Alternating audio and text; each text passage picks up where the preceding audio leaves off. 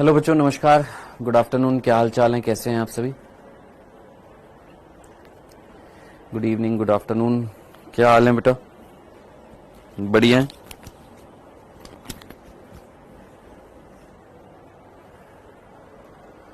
Okay जी।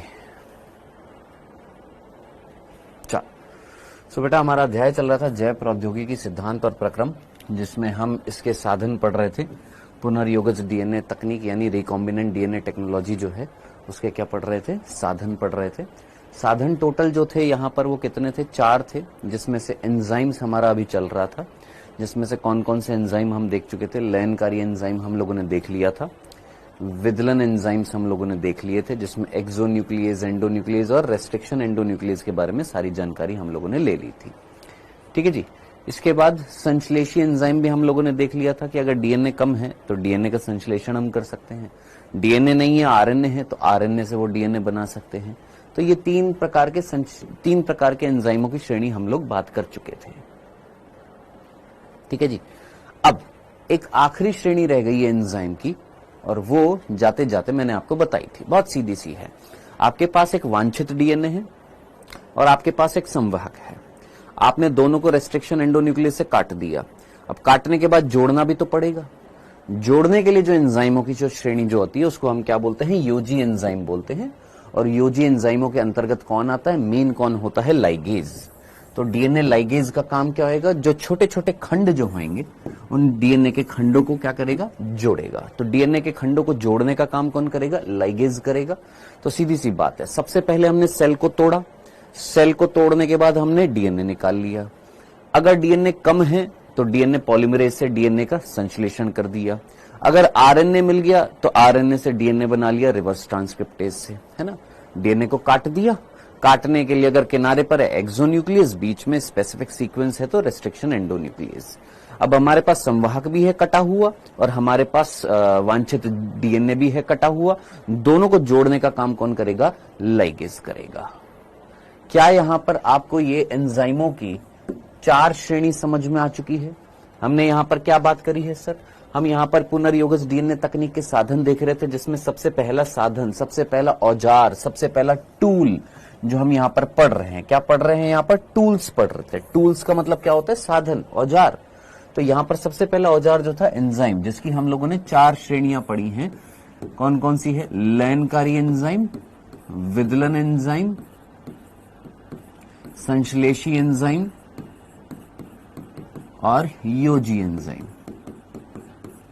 लैन के अंतर्गत क्या आ जाएंगे? लाइसोजाइम आ जाएंगे, पैक्टिनेज आ जाएंगे, सेल्यूलेज आ जाएंगे, काइटिनेज आ जाएंगे। विदलन के अंतर्गत एक्सोन्यूक्लियस, एंडोन्यूक्लियस, रेस्ट्रिक्शन एंडोन्यूक्लियस। संश्लेषी एंजाइम के अंतर्गत डीएनए पॉलीमरेज, रिवर्स ट्रांसक्रिप्टेज। योजी के अंतर्गत डीएनए लाइगेज।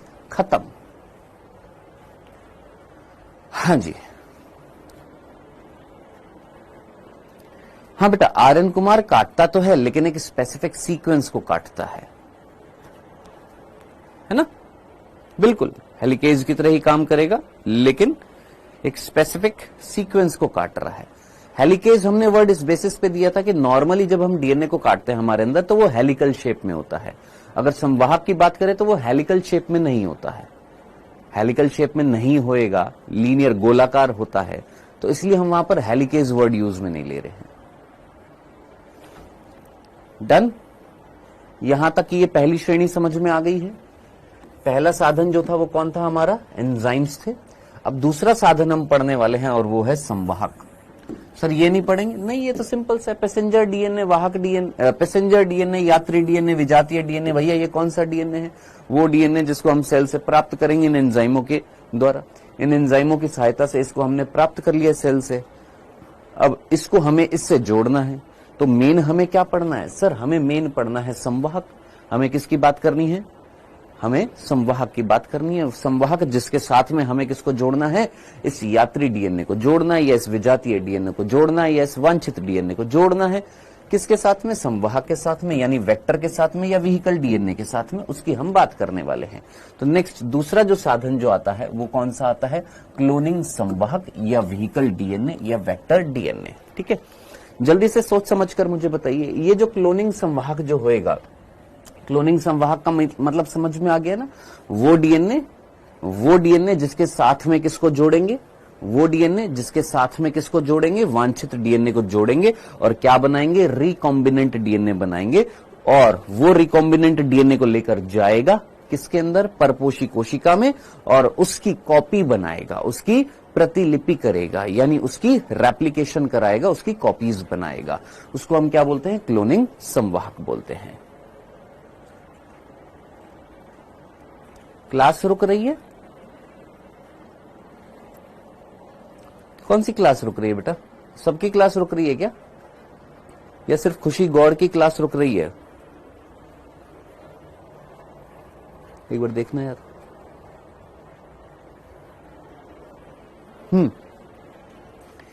वे डीएनए जो किसी विजातीय डीएनए को किसी उपयुक्त पोषक में स्थानांतरित करने में वाहक का काम करते हैं, उन्हें वेक्टर डीएनए कहा जाता है। ये लाइन आपको समझ में आई? वो डीएनए जो किसी विजातीय डीएनए मींस वांछित डीएनए, उसको लेकर जाएंगे किसमें, पोषक के अंदर, यानी होस्ट के अंदर। वहां पर ले जाकर उसको स्थानांतरित करवाएंगे, यानी किसकी तरह कार्य कर रहे हैं, वाहक की तरह कार्य कर रहे हैं, वाहक की तरह काम करते हैं। उनको हम क्या बोलते हैं, वेक्टर डीएनए बोलते हैं। इतनी सी बात समझ में आई? सर आप दिखाई नहीं दे रहे हो, प्लीज सर कुछ करो। क्या चल रहा है भाई? ओपी मीणा,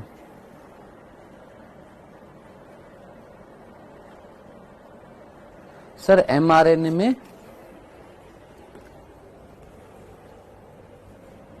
हाँ जी, क्या कह रहा है मेरे भाई? सब ठीक चल रहा है ना? ये कुछ है ऐसे बिना फालतू में। सर वांछित डीएनए का मतलब बेटा जिसकी कॉपी बनानी है अंकित राज, जिसकी हमें कॉपी बनानी है उसको हम वांछित, यार बताया तो था यार ये वाली चीज यार।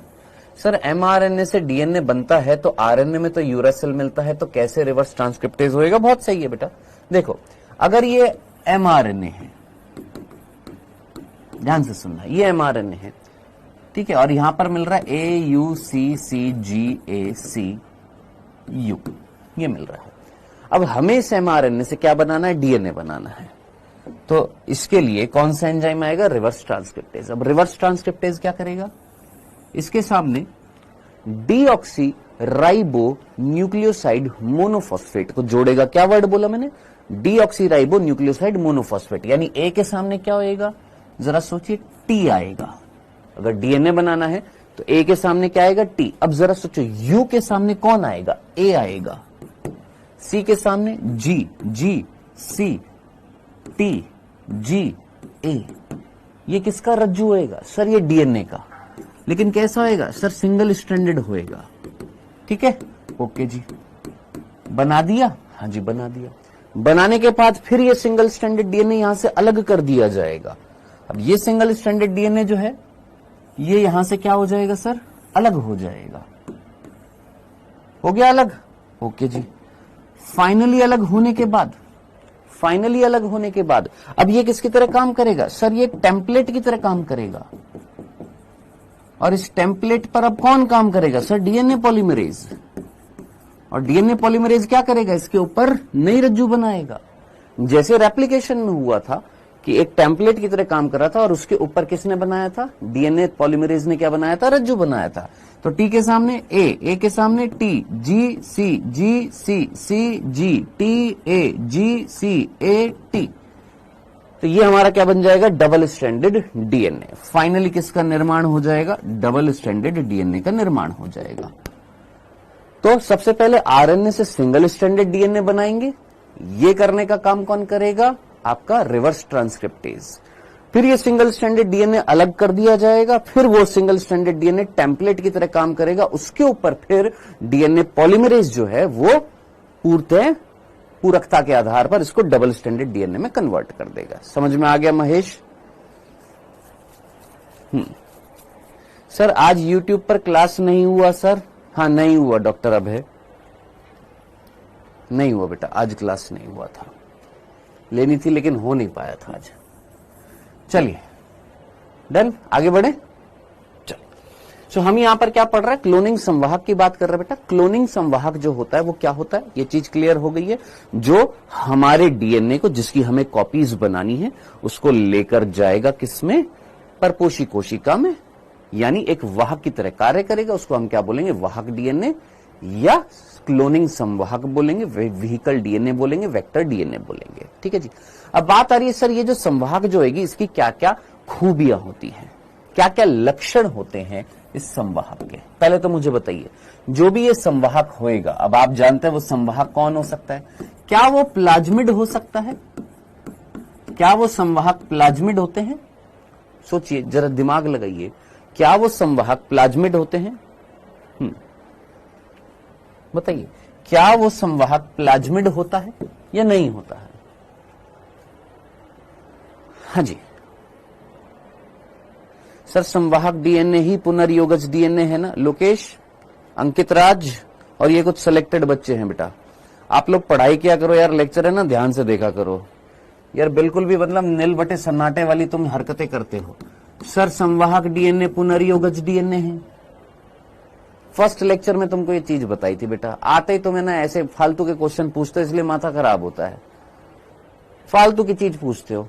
सर संवाहक डीएनए पुनर्योगज डीएनए, पूरा डिटेल में एक एक चीज एक्सप्लेन करी थी तुमको याद नहीं रहती है तुमको चीजें हैं। जरा याद कर, क्या बोला था कि ये तेरा एक डीएनए है, इस डीएनए की तुझे कॉपी बनानी है, तूने इसको काटा, हाँ सर काट दिया, और ये तेरे पास एक वाहक डीएनए है, तूने इसको काटा, हाँ सर काट दिया।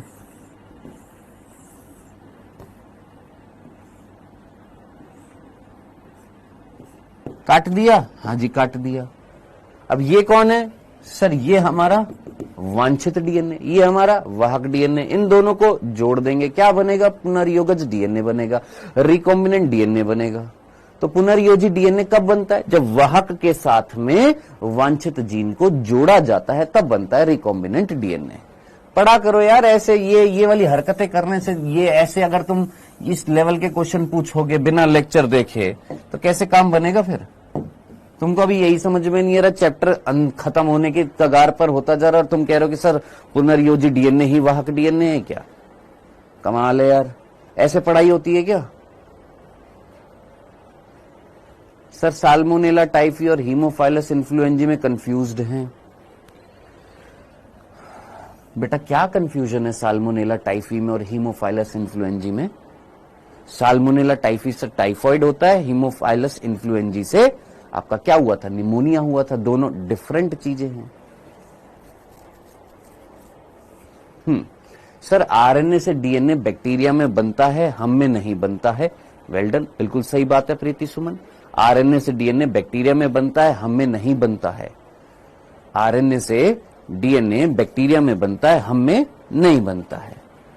क्यों नहीं बनता है प्रीति सुमन, जरा सोचो।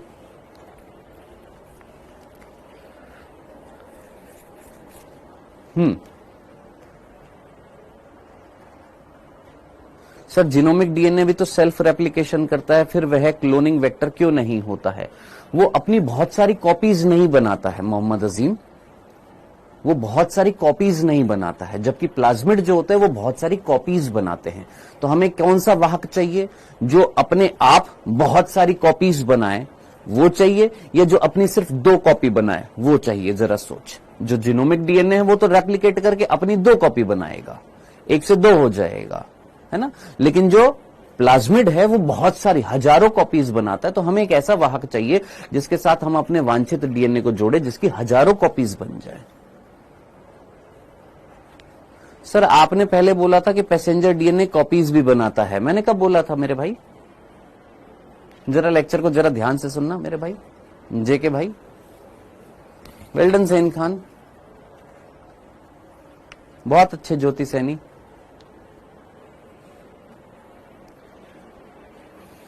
चल आगे बढ़ते हैं। हाँ जी, संवाहक जो है, हमें एक ऐसा संवाहक चाहिए जो बहुत सारी कॉपीज बना दे हमारे डीएनए की। तो सबसे पहली बात, क्या उस संवाहक में ORI होना चाहिए या नहीं होना चाहिए। सिंपल सा, संवाहक का पहला लक्षण, क्या संवाहक के अंदर ORI होना चाहिए या नहीं होना चाहिए। अरे तू 2024 में पढ़ रहा है कि 22 में पढ़ रहा है? भोंदू लाल यहां पर हरकतें कर रहा है, रोज आकर डांट खाने के काम कर रहा है। हाँ जी, ORI होना चाहिए या नहीं होना चाहिए? होना चाहिए ना। देखो मेरी ना आज थोड़ा सा ना मैं थोड़ा टेंशन में हूं, तो प्लीज आराम से ना, प्लीज शांति से पढ़िएगा, ठीक है? रिक्वेस्ट है आप सभी से, ये आलतू फालतू की चीजें मत करना क्लास में आकर।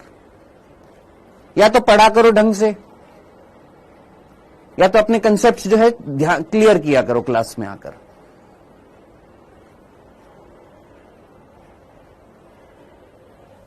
सर हम बैक्टीरिया से प्लाज्मिड कैसे निकालेंगे? जैसे तूने बैक्टीरिया, जैसे हमने अपनी सेल्स को ब्रेक डाउन किया था, ऐसे हम बैक्टीरिया की सेल्स को ब्रेक डाउन कर सकते हैं, और बैक्टीरिया की सेल्स को ब्रेक डाउन करके बाकी जितने भी वृद्ध अणु हैं उनको नष्ट करके केवल डीएनए प्राप्त कर सकते हैं। ऐसे करेंगे। ORI होना चाहिए, यस ORI होना चाहिए। यानी पहला लक्षण क्या होना चाहिए कि जो भी वाहक होगा उसके अंदर क्या होना चाहिए? ORI होना चाहिए, पहली कंडीशन। ORI क्या होता है? ओरिजिन ऑफ रेप्लिकेशन, यानी प्रतिकृति की उत्पत्ति का केंद्र।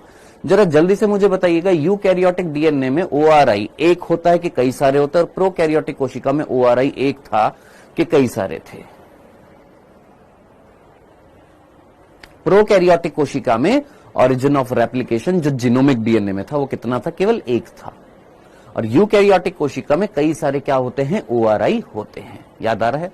अब हम यहां पर बात कर रहे हैं किसकी? संवाहक की। अब ये संवाहक क्या हो सकता है? सर ये संवाहक जो है, सर ये संवाहक जो है वो क्या होता है? सर वो प्लाज्मिड होता है। प्लाज्मिड क्या था? ये हमने सेल चैप्टर में भी पढ़ा था। अतिरिक्त गुणसूत्रीय पदार्थ होते हैं, गोलाकार डीएनए होते हैं। तो प्लाज्मिड एक संवाहक है, एक संवाहक की तरह कार्य कर सकता है। हमारे डीएनए को लेकर परपोषी कोशिका में जाकर उसकी कॉपीज बना सकता है। हाँ जी। क्या वो संवाहक वायरस हो सकता है? विषाणु? क्या संवाहक विषाणु हो सकता है?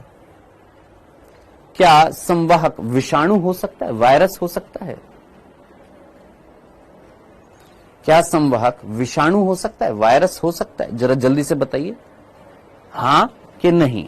और आपको अगर फर्स्ट लेक्चर याद हो तो याद करिए पॉल बर्ग ने क्या किया था। याद करिए पॉल बर्ग ने क्या किया था? किसी की सहायता से डीएनए को ट्रांसफर किया था।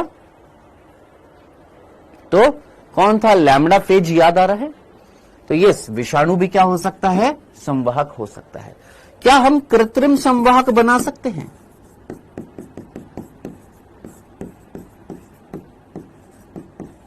देखो वायरस तो नेचुरली मिलता है, प्लाज्मिड नेचुरली मिलते हैं बैक्टीरिया के अंदर। क्या हम कृत्रिम संवाहक बना सकते? कृत्रिम संवाहक याद करिए, आपने डीएनए फिंगरप्रिंटिंग अगर पढ़ी हो तो उस डीएनए फिंगरप्रिंटिंग में कुछ वर्ड आए थे, BAC YAC। याद आ रहे हैं? BAC YAC ये क्या थे? सर ये कृत्रिम संवाहक थे, ये आर्टिफिशियली बनाए गए संवाहक थे। ठीक है, डन। यहां तक की बात समझ में आई है आपको?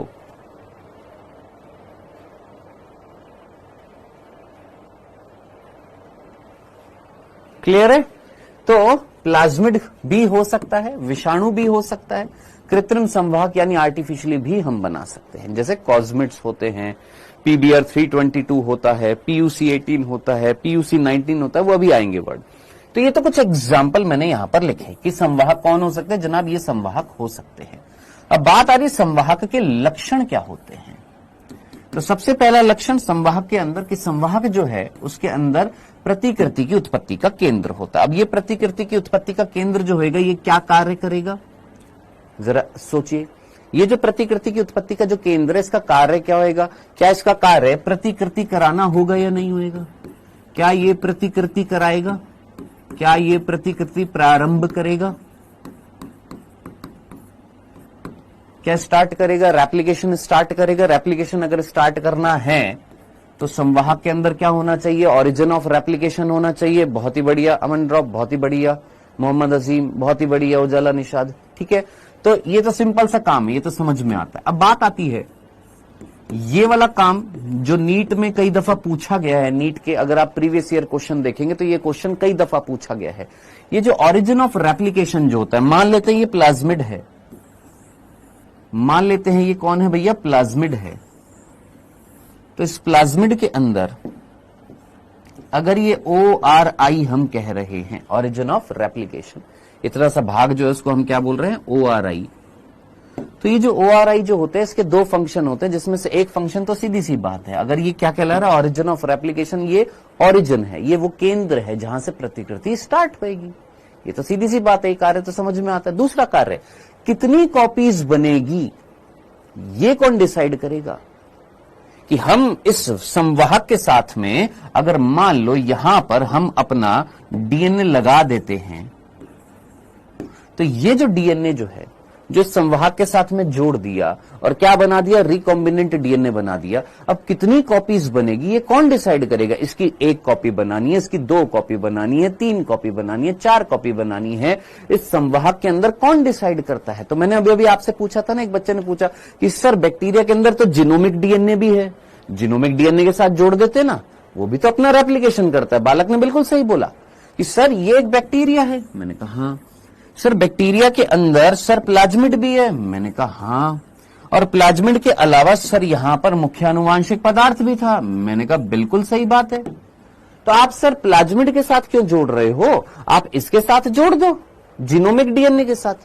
जीनोमिक DNA ज्यादा कॉपीज नहीं बनाता।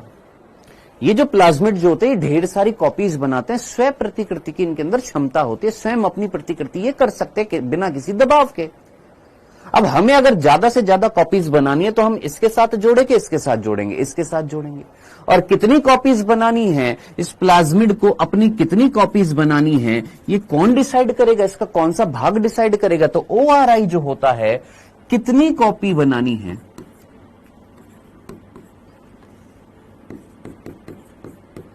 प्रतिलिपि की संख्या को निर्धारित करता है।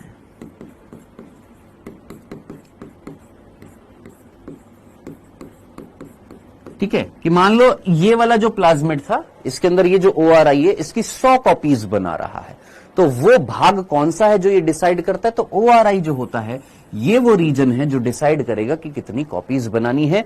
ये क्वेश्चन पूछा गया है बेटा, ये याद रखना, भूल मत जाना। और प्लीज इस बालिका को कोई कमेंट करके ये बोल दो कि स्पैम ना करे। खुशी गौड़, अपने थोड़ा सा नेटवर्क को थोड़ा सा सुधारिए। आप लगातार स्पैम करेंगे, क्लास रुक गई है, क्लास रुक गई है। किसी की क्लास नहीं रुक रही है, आपकी क्लास रुक रही है, आपके नेटवर्क में प्रॉब्लम है। ठीक है, डन। आई होप यहां तक का पहला सिंपल सा लक्षण समझ में आया कि संवाहक जो क्लोनिंग कराने वाला है, क्लोनिंग का मतलब क्या होता है? कॉपीज बनाना, है ना। तो जो संवाहक जो होगा जिसके अंदर हम अपना DNA डालेंगे, उस संवाहक जो हमारे DNA की कॉपीज बनाने वाला है, उसके क्या लक्षण होने चाहिए? सर पहला लक्षण उसके अंदर क्या होना चाहिए? सर रेप्लिकेशन का उत्पत्ति स्थल होना चाहिए, ओरिजिन ऑफ रेप्लिकेशन होना चाहिए, ORI होना चाहिए। ये ORI के कितने फंक्शन है? 2 फंक्शन है। यह वह क्रम होता है जहां से रेप्लिकेशन प्रारंभ होता है। ये पहला कार्य जो मैंने आपको यहां पर लिख दिया, क्या ये वो क्रम है जहां से क्या स्टार्ट होता है? रेप्लिकेशन जो है वो स्टार्ट होता है। दूसरा कार्य, यह क्रम सहलग्न DNA की प्रतिलिपि की संख्या के लिए भी उत्तरदायी होता है। मतलब कि वो DNA जिसको हम यहां पर जोड़ेंगे, सहलग्न का मतलब होता है किसी चीज को जोड़ना, कि ये वो क्रम होएगा। ORI वो जगह है, वो क्रम है जिसके साथ में जब हम DNA को जोड़ देंगे तो ये कितनी उसकी कॉपी बनानी है, प्रतिलिपि की संख्या मतलब कॉपी संख्या, कितनी कॉपी बनानी है, ये भी यही डिसाइड करता है। इस कारण यदि कोई लक्ष्य DNA को बहुत सारी कॉपी बनाना चाहता है तो उसे एक ऐसे वाहक के साथ में क्लोन करना चाहिए जिसका ORI DNA की ज्यादा कॉपी बनाता हो। यानी एक ऐसा वाहक चाहिए जिसमें ORI ज्यादा से ज्यादा कॉपी बनाता हो। जैसे फॉर एन एग्जाम्पल अगर मैं आपसे बोलूं, एक है प्लाज्मिड जिसका नाम है TI प्लाज्मिड, एक है प्लाज्मिड जिसका नाम है RI प्लाज्मिड, एक है प्लाज्मिड जिसका नाम है PUC18 प्लाज्मिड, ठीक है, एक है PBr322 प्लाज्मिड, एक है PUC 19 प्लाज्मिड,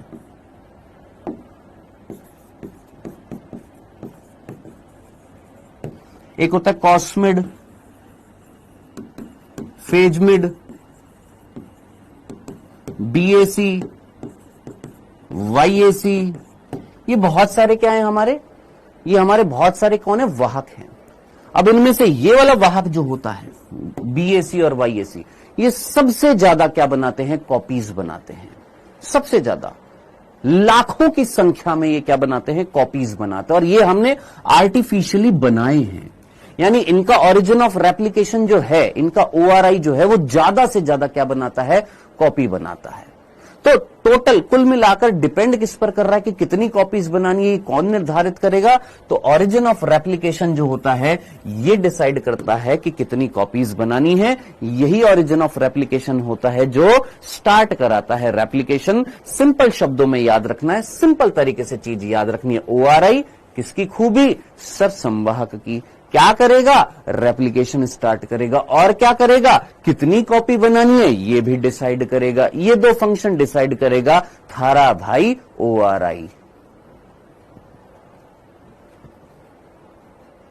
क्लियर?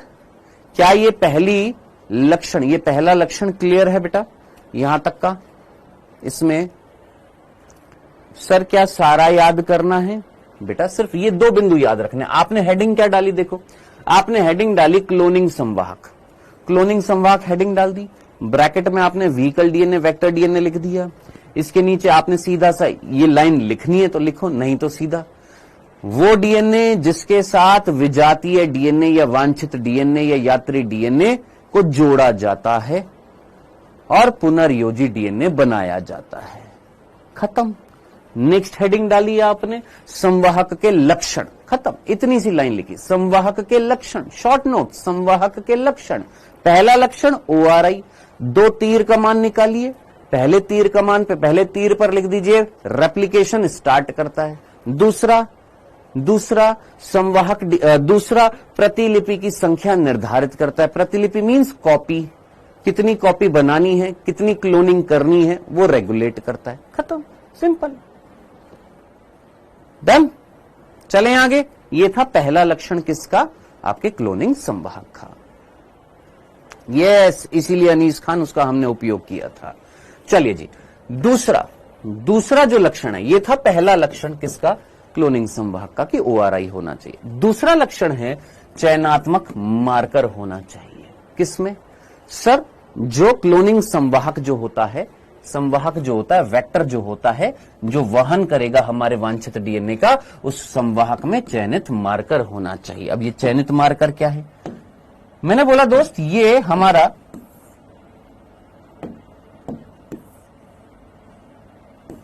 हमारा मान लो कौन है भैया, ये प्लाज्मिड था। इस प्लाज्मिड के अंदर इतना सा भाग जो था, इसको मैंने बोल दिया ORI। इस वाले क्षेत्र को मैंने क्या नाम दिया सर, इसको आपने बोल दिया ORI। मैंने कहा हाँ जी, ये वाला भाग क्या कहला रहा है, ORI कहला रहा है। अब इसी DNA में, यानी यही प्लाज्मिड में एक भाग है जिसको मैं बोल रहा हूं चयनित मार्कर। अब मान लो इतना सा भाग जो है ये मेरा क्या कहला रहा है, चयनित मार्कर कहला रहा है। ये वाला भाग जो है ये भी क्या कहला रहा है, चयनित मार्कर कहला रहा है। अब आपका क्वेश्चन होएगा कि सर ये चयनित मार्कर क्या है।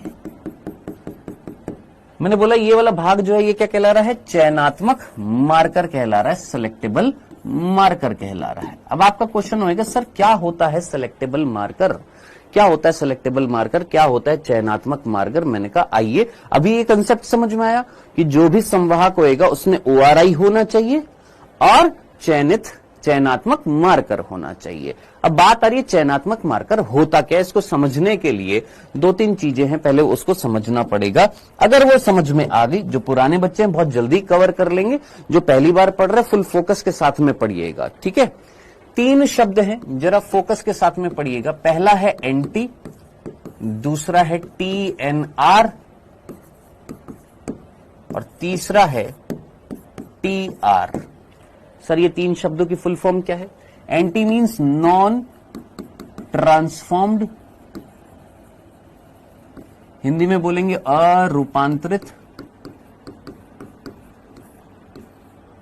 हिंदी में बोलेंगे अरूपांतरित। TNR means transformed non recombinant. हम बोलेंगे अपुनर्योजी रूपांतरित, और यहां पर हम बोलेंगे ट्रांसफॉर्म्ड रिकॉम्बिनेंट।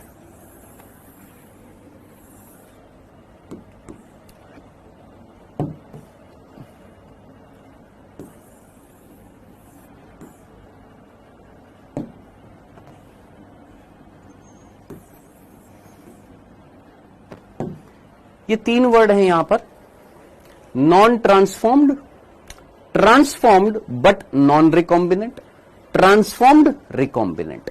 क्या मीनिंग है? पहले तो ये वर्ड एक एक करके समझने की कोशिश करिएगा। देखिए दोस्त, ये मान लेते हैं हमारा वाहक था, आंखों से तो दिखाई देगा नहीं, और ये मेरा जीन था। ठीक है जी, हमारा काम क्या था? इस वांछित जीन को वाहक के साथ जोड़ना था। ये कौन था? हमारा विजातीय डीएनए। विजातीय बोल दीजिए, कई सारे नाम है, विजातीय बोल दीजिए, वांछित बोल दीजिए, यात्री बोल दीजिए, एक ही चीज है। विजातीय, यात्री, वांछित, जिसकी हमें कॉपी बनानी है। और ये कौन है? वाहक या संवाहक, वेक्टर। ठीक है जी, मुझे इसको इसके साथ जोड़ना है। क्या मैं अपनी आंखों के सामने ये काम करूंगा? क्या मैं अपनी आंखों के सामने मेरा ये काम मेरी आंखों के सामने हो जाएगा? जरा सोचिए, क्या मुझे आंखों से दिखाई देगा कि ये इसके साथ जुड़ गया है? हो सकता है सर, 2 कंडीशन है। हो सकता है सर जुड़ जाए, हो सकता है ना जुड़े, दोनों कंडीशन। हो सकता है जुड़ जाए, हो सकता है ना जुड़े, हो सकता है जुड़ जाए, हो सकता है ना जुड़े। अगर जुड़ गया तो क्या मैं इसको रिकॉम्बिनेंट डीएनए बोलूंगा? अगर जुड़ गया, फर्स्ट कंडीशन, मान लो ये इसके साथ जुड़ गया, हमने एंजाइम डाले, रिवर्स रेस्ट्रिक्शन एंडोन्यूक्लियस डाला, उसने इसको काटा, लाइगेज ने इसको इससे जोड़ दिया। अगर जुड़ गया तो क्या बोलूंगा? रिकॉम्बिनेंट डीएनए बन गया। क्या कहलाएगा ये? Recombinant DNA. और अगर नहीं जुड़ा तो क्या इस डीएनए को मैं रिकॉम्बिनेंट बोलूंगा कि नॉन रिकॉम्बिनेंट बोलूंगा? पहले बताइए सर। इसको मैं नॉन रिकॉम्बिनेंट डीएनए बोलूंगा, अपुनर्योजी डीएनए बोलूंगा।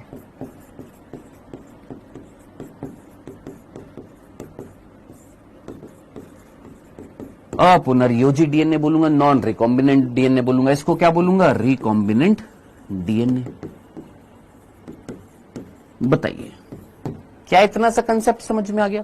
ये हमारा रिकॉम्बिनेंट डीएनए अगर जुड़ गया, नहीं जुड़ा तो ये क्या कहलाएगा? Non recombinant DNA. ठीक है सर। अब सर ये भी आंखों से तो पता लगेगा नहीं कि आपका जुड़ा है कि नहीं जुड़ा।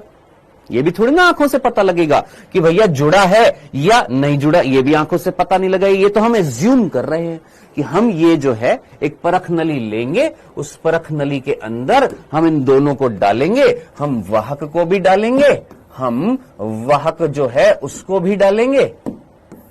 हमने वाहक लिया, इस वाहक की बहुत सारे वाहक को अंदर डाल दिया। ठीक है जी। और ये जो विजातीय डीएनए था इसको भी लिया और इसको भी अंदर डाल दिया। किसके अंदर? परख नली के अंदर। ठीक है जी। और इस परख नली के अंदर इन दोनों को डाल दिया एक माध्यम के अंदर, और उस माध्यम में हमने क्या डाले सर? एंजाइम्स डाले। ये सोचकर मान लो रेस्ट्रिक्शन एंडोन्यूक्लियस डाल दिया, वो रेस्ट्रिक्शन एंडोन्यूक्लियस भी डाल दिया, लाइगेज भी डाल दिया। रेस्ट्रिक्शन एंडोन्यूक्लियस काट देगा, लाइगेज जोड़ देगा। हमें आंखों से थोड़ा ना पता लगेगा, हम तो ये अज्यूम कर रहे हैं कि दोनों कंडीशन पॉसिबल है। हो सकता है ये भी हो जाए, हो सकता है ये भी हो जाए, हो सकता है रिकॉम्बिनेंट डीएनए बन जाए, हो सकता है ना भी बने, दोनों कंडीशन पॉसिबल है। अब हमें तो पता लगाना है कि रिकॉम्बिनेंट डीएनए बना है या नहीं बना है। हमें यह पता लगाना है कि रिकॉम्बिनेंट डीएनए बना है या नहीं बना, हमें यह पता लगाना है। तो यह पता लगाने का काम कौन करता है? Selectable marker. तो सेलेक्टेबल मार्कर जो होता है, अगर इसके कार्य की अगर मैं बात करूं तो इसका कार्य क्या होता है? सर इसका कार्य होता है पता लगाना। इसका कार्य होता है पता लगाना। क्या पता लगाना? रिकॉम्बिनेंट डीएनए या नॉन रिकॉम्बिनेंट डीएनए निर्मित हुआ है, दोनों में से कौन निर्मित हुआ है, दोनों में से कौन बना है, यह पता लगाना है कि रिकॉम्बिनेंट डीएनए बना है कि नॉन रिकॉम्बिनेंट डीएनए बना है। यह पता लगाने के लिए हम किसको यूज में लेते हैं? चयनात्मक मार्कर को यूज में लेते हैं। अब आप बोलेंगे हु इज चयनात्मक मार्कर? मैंने कहा आएगा, अभी स्टेप बाय स्टेप फॉलो कर चीजों को। अभी जस्ट ये समझना कि चयनात्मक मार्कर जो भी होगा वो क्या पता लगाने के लिए यूज में आ रहा है कि भैया रिकॉम्बिनेंट डीएनए बना कि नहीं बना। यानी हमने इस परख नली के अंदर वाहक भी डाला, हमारा वांछित डीएनए भी डाला और एंजाइम्स भी डाल दिए। हमने तो ये सोचा डेफिनेटली एंजाइम इन दोनों को काट कर लाइगेज इन दोनों को जोड़कर बनाएगा। मे भी हो सकता है, मे भी नहीं हो सकता। रिकॉम्बिनेंट डीएनए बन भी सकता है, नहीं भी बन सकता। अब हमें तो पता लगाना है, हमें तो पता लगाना है कि बना है कि नहीं बना। कैसे पता लगाएंगे? मैंने कहा आगे बढ़ते हैं। अब इधर देखिएगा, अब इमेजिन करिएगा आपके पास ये दो कंडीशन है। हाँ सर, दोनों कंडीशन है। हाँ जी। अब इधर देखिएगा, अब इधर देखिएगा, यहां पर देखिएगा, इधर देखिएगा, ध्यान से देखिएगा। मान लो यहां पर ये 3 प्रकार के वाहक आपको दिखाई दे रहे हैं। हाँ सर, 3 प्रकार के वाहक आपको दिखाई दे रहे हैं। इन 3 प्रकार के वाहक में मान लेते, जस्ट एज्यूम करना और सुनना। मान लेते ये वाला जो था इसके अंदर जुड़ चुका है, मान लो इसके अंदर जुड़ गया और इसमें भी जुड़ गया है। ठीक है, आराम से देखना, जूम कर देता हूं जस्ट समझाने के लिए। हम जस्ट एज्यूम कर रहे हैं कि हमारे पास ये वाहक थे, इनमें से इन दोनों में तो जुड़ गया, यानी ये दोनों रिकॉम्बिनेंट डीएनए बन चुके हैं। ये वाला नहीं बना है, हो सकता है नहीं बना हो सकता है एंजाइम नहीं काम कर पाए हो, इस पर नहीं बन पाया हो। ठीक है, अब ये हमें आंखों से तो दिखाई दे नहीं रहा, हमें तो पता लगाना है। तो अब हम क्या करेंगे साहब? हम इनको उठाकर निकालकर डालेंगे सेल्स में। किसमें डाला? सेल में डाला। अब देखिएगा, आराम से देखिएगा, मैं इनको उठाकर किस में डाल रहा हूं? सेल में डाल रहा हूं। मैं उठाकर इनको किस में डाल रहा हूं? सेल में डाल रहा हूं। ठीक है जी। ये 3 प्रकार की कोशिकाएं हैं मेरे पास बनी। पहली कोशिका जिसके अंदर मैंने डालने की कोशिश करी लेकिन वो गया ही नहीं। कौन? ये या ये गया ही नहीं। कौन नहीं गया? वाहक गया ही नहीं। अब आप मुझे बताइए, अगर ये इस कोशिका में जाएगा नहीं तो क्या ये कोशिका रूपांतरित कोशिका कहलाएगी या अरूपांतरित कोशिका कहलाएगी? सोचना। सर किसकी सेल में डालोगी? बेटा मोस्टली बैक्टीरिया की सेल में डालेंगे कॉपी करने के लिए। हाँ जी, सोचो, मैं इनको डालने की कोशिश कर रहा हूं, मान लो ई कोलाई है, उस ई कोलाई में डालने की कोशिश कर रहा हूं, साल्मोनेला टाइफी में डालने की कोशिश कर रहा हूं, किसी बैक्टीरिया सेल में डालने की कोशिश कर रहा हूं। आप मुझे बताइए, अगर ये पहुंचा ही नहीं, यहां पर गया ही नहीं, हमने कोशिश करी, ये पहुंचा ही नहीं, तो क्या ये कोशिका बदली हुई कोशिका कहलाएगी? खुद सोचिए, कोई चीज कब बदलती है? जब उसमें कोई चीज ऐड की जाएगी। जब ये चीज इसमें गई नहीं तो क्या ये कोशिका रूपांतरित कहलाएगी कि अरूपांतरित कहलाएगी? सोचो, इस कोशिका को क्या बोलूंगा? सर अरूपांतरित। तो जरा सोचिए, अरूपांतरित कोशिका कौन सी कोशिका होगी? जिसमें कौन नहीं जाएगा? ना ही वाहक ना ही वांछित डीएनए, जिसमें ना तो वाहक या हम बोलेंगे जिसमें रिकॉम्बिनेंट डीएनए या नॉन रिकॉम्बिनेंट डीएनए नहीं गया। यही बोलूंगा, जिसमें ना तो ये गया रिकॉम्बिनेंट डीएनए गया, ना ही नॉन रिकॉम्ब, ना तो ये गया ना ये गया। सोचो, अगर ये इनमें से कोई भी एक जाता, मान लो इन दोनों में से कोई भी एक जाता, तो मैं क्या बोलता, सेल तो बदल गई, सेल के अंदर परिवर्तन हुआ, सेल में कोई चीज हमने डाली है तो वो मॉडिफाइड कहलाएगी कि नहीं कहलाएगी, सोचो। अब अगर गई ही नहीं तो ऐसी सेल को मैं क्या बोलूंगा, नॉन ट्रांसफॉर्म्ड, अरूपांतरित। क्या ये पहली सेल आपको समझ में आई? वो सेल जिसमें गया ही नहीं, ना तो रिकॉम्बिनेंट डीएनए गया, ना ही नॉन रिकॉम्बिनेंट डीएनए वाला वाहक गया। ठीक है जी, कोई तकलीफ नहीं। चले आगे, अब इधर देखिएगा। मान लो इस वाली सेल के अंदर ये वाला चला गया। कौन सा चला गया? ये वाला वाहक चला गया। कौन सा चला गया सर? ये चला गया।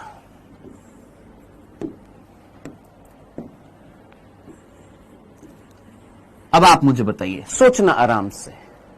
जब तक नहीं गया था तो ऐसी सेल्स को हमने क्या बोला था सर? अरूपांतरित। अब कोई एक्सटर्नल चीज इसके अंदर जाएगी तो क्या ये सेल रूपांतरित कहलाएगी? हां सर, रूपांतरित तो कहलाएगी। लेकिन कैसी रूपांतरित है? बदली तो सही, कोई चीज ऐड तो हुई है, लेकिन जो चीज ऐड हुई है वो क्या ऐड हुई है सर? वो नॉन रिकॉम्बिनेंट डीएनए ऐड हुआ है। तो ऐसी सेल को मैं क्या बोलूंगा सर? ऐसी सेल को आप बोलोगे कि ट्रांसफॉर्म्ड तो हुई, रूपांतरित तो हुई है, लेकिन उसके अंदर क्या गया है? रिकॉम्बिनेंट डीएनए गया है कि नॉन रिकॉम्बिनेंट डीएनए गया है सर? अपुनर्योजी डीएनए गया है, यानी एक ऐसा डीएनए जो रिकॉम्बिनेंट नहीं है। बताइए, तो ये क्या कहलाएगी? रूपांतरित तो कहलाएगी, लेकिन इसमें नॉन रिकॉम्बिनेंट डीएनए पहुंचा है। अब आपका क्वेश्चन ये है कि सर आपको कैसे पता लगा? अभी बताऊंगा कैसे पता लगा। हम तो जस्ट एक एज्यूम कर रहे हैं, कंसेप्ट को समझने की कोशिश कर रहे हैं कि ये सेल कौन सी होती है, ये सेल कौन सी होती है। डन। तो ये वाली सेल समझ में आ गई, जिसमें कौन जाएगा? नॉन रिकॉम्बिनेंट डीएनए पहुंचा, जिसमें नॉन रिकॉम्बिनेंट डीएनए गया। ओके जी, क्लियर? अब आप खुद सोच लो, ये तीसरी सेल को क्या लिखा हुआ है? इस तीसरी सेल में क्या लिखा हुआ है सर? ये जो तीसरी सेल है ये वो सेल है जिसमें कौन पहुंचा होगा सर? ये वो तीसरी सेल है जिसमें कौन पहुंचा होगा सर? जिसमें हमारा पुनर्योजी डीएनए पहुंचा है। यानी ये कोशिका भी रूपांतरित है। रूपांतरित का मतलब मॉडिफाइड है, रूपांतरण हो गया, बदल गई। क्यों? क्योंकि कोई चीज ऐड हुई है, कोई चीज ऐड हुई है, तो ये रूपांतरित तो कहलाएगी। लेकिन कौन सा डीएनए गया है सर? Recombinant DNA. तो ऐसी सेल को मैं क्या बोलूंगा? ट्रांसफॉर्म्ड तो हुई, रूपांतरित तो हुई, लेकिन इस बार इसमें क्या गया है? कौन सा डीएनए गया है सर? पुनर्योजी डीएनए गया है। तो हम सीधा बोलेंगे जिसमें रिकॉम्बिनेंट डीएनए गया है।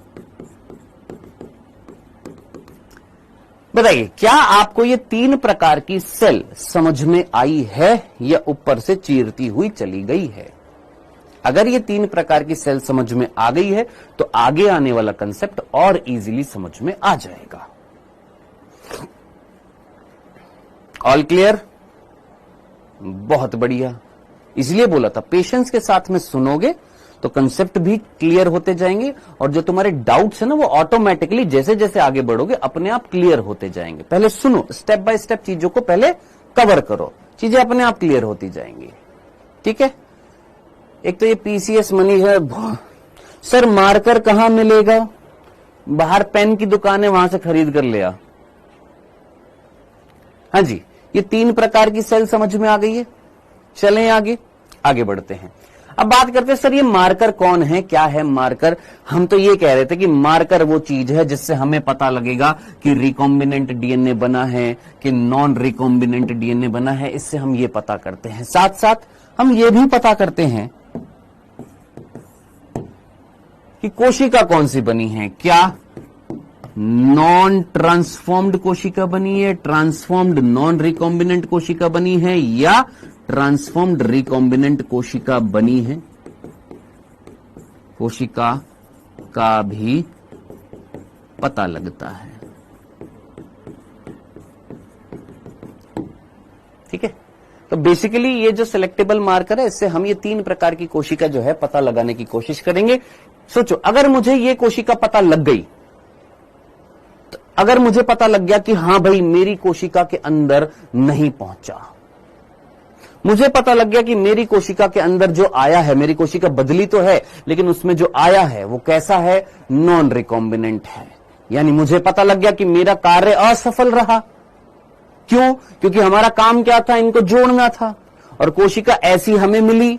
इससे हमें क्या पता लगेगा कि सर हमारा काम जो है असफल रहा, यानी फिर से प्रैक्टिकल करना पड़ेगा। मान लो अगर मुझे ऐसी कोशिका मिल गई, मुझे ऐसी कोशिका पता लग गई कि मेरी कोशिका ये वाली मुझे कोशिका मिल रही है, तो इससे क्या निर्धारित होएगा कि हां भैया मेरा काम सफल हो गया, मेरा वांछित डीएनए जो है वो संवाहक के साथ जुड़ गया। यानी कुल मिलाकर मुझे इन कोशिका का पता लगाना है। अगर मैं ये कोशिका पता लगा लूंगा तो सीधी सी बात है, मुझे पता लग जाएगा कि मेरा काम सफल हुआ या असफल हुआ, या तो सफल होएगा या असफल होएगा, अगर मैं ये 3 प्रकार की कोशिका पता लगा लूंगा तो। ठीक है जी।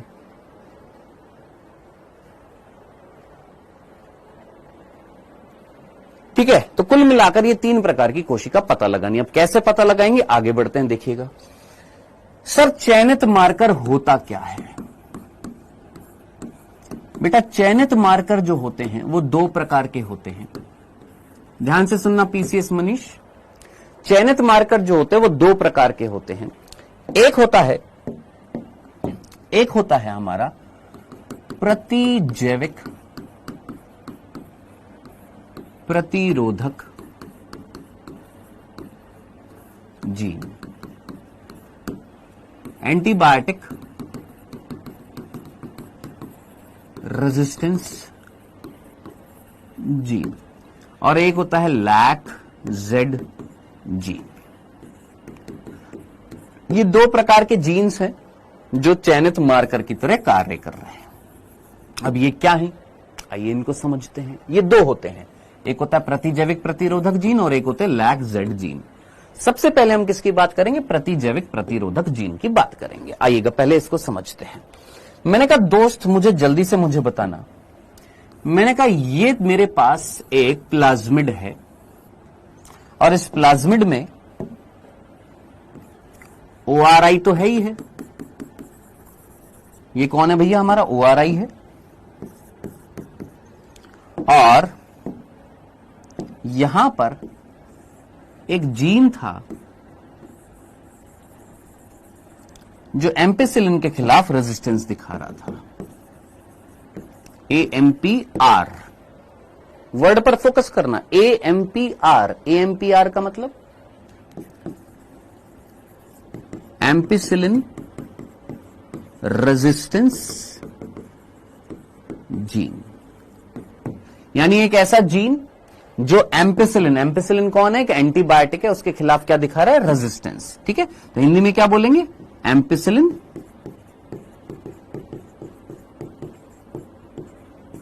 प्रतिरोधक जीन।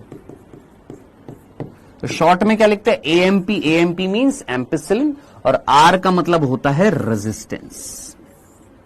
तो एक ऐसा जीन जो एम्पिसिलिन एंटीबायोटिक के खिलाफ क्या दिखाता है, रेजिस्टेंस। ये कौन है, एक एंटीबायोटिक है, प्रतिजैविक है। ठीक है जी, कोई दिक्कत नहीं है। चलिए जी आगे बढ़ते हैं। मान लो एक और जीन है, ये जीन जो था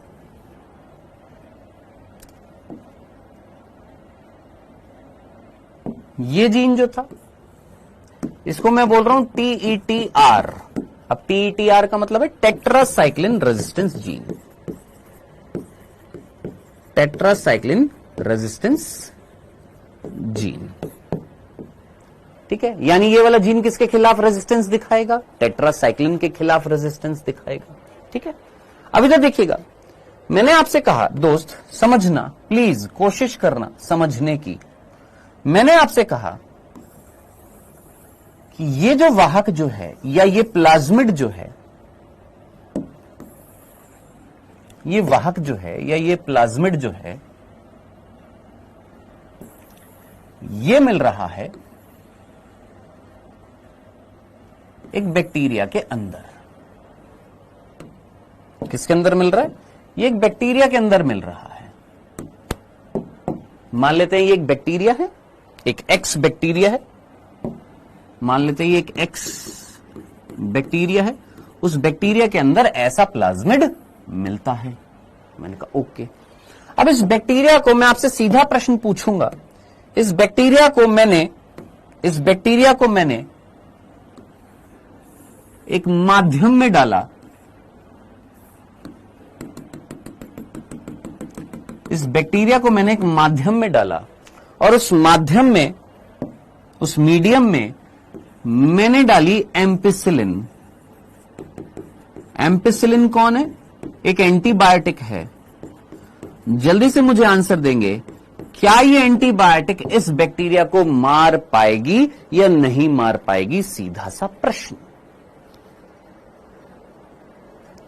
मार देगी। देखो एंटीबायोटिक का काम क्या होता है? सूक्ष्म जीवों को मारना। ये तो तुमने चैप्टर में पढ़ा था। क्या होती है प्रतिजैविक? सूक्ष्म जीवों द्वारा निर्मित कुछ ऐसे रसायन जो दूसरे सूक्ष्म जीवों की वृद्धि को रोकते हैं, उनको हमने एंटीबायोटिक बोला था, डेफिनेशन अगर आपको याद हो। तो ये एक एंटीबायोटिक है और ये एंटीबायोटिक एक सूक्ष्म जीव की वृद्धि को रोक सकती है, बिल्कुल रोक सकती है, लेकिन क्या ये इसकी वृद्धि को रोक पाएगी? क्या इसको मार पाएगी? नहीं। क्यों नहीं मारेगी? जरा सोचिएगा, क्यों नहीं मार पाएगी? क्यों नहीं मार पाएगी? क्योंकि इसके खिलाफ क्या मिल रहा था? जीन मिल रहा था।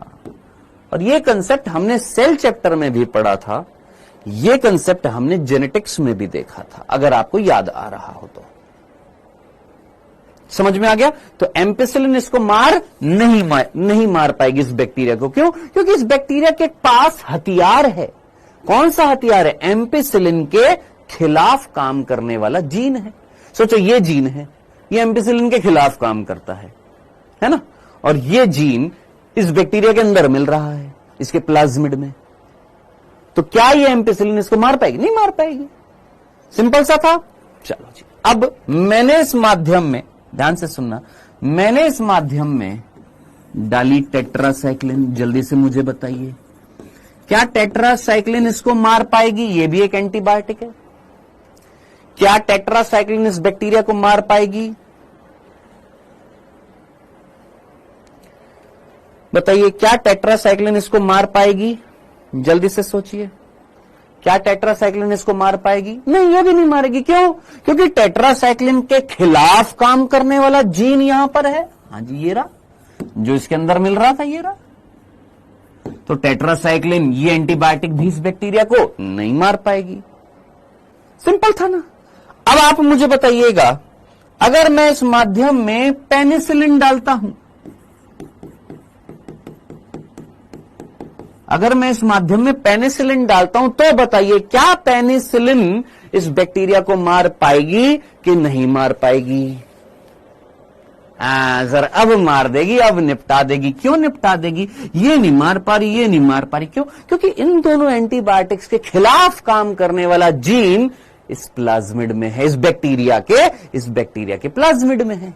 लेकिन पेनिसिलिन के खिलाफ काम करने वाला जीन इस बैक्टीरिया के प्लाज्मिड में नहीं है।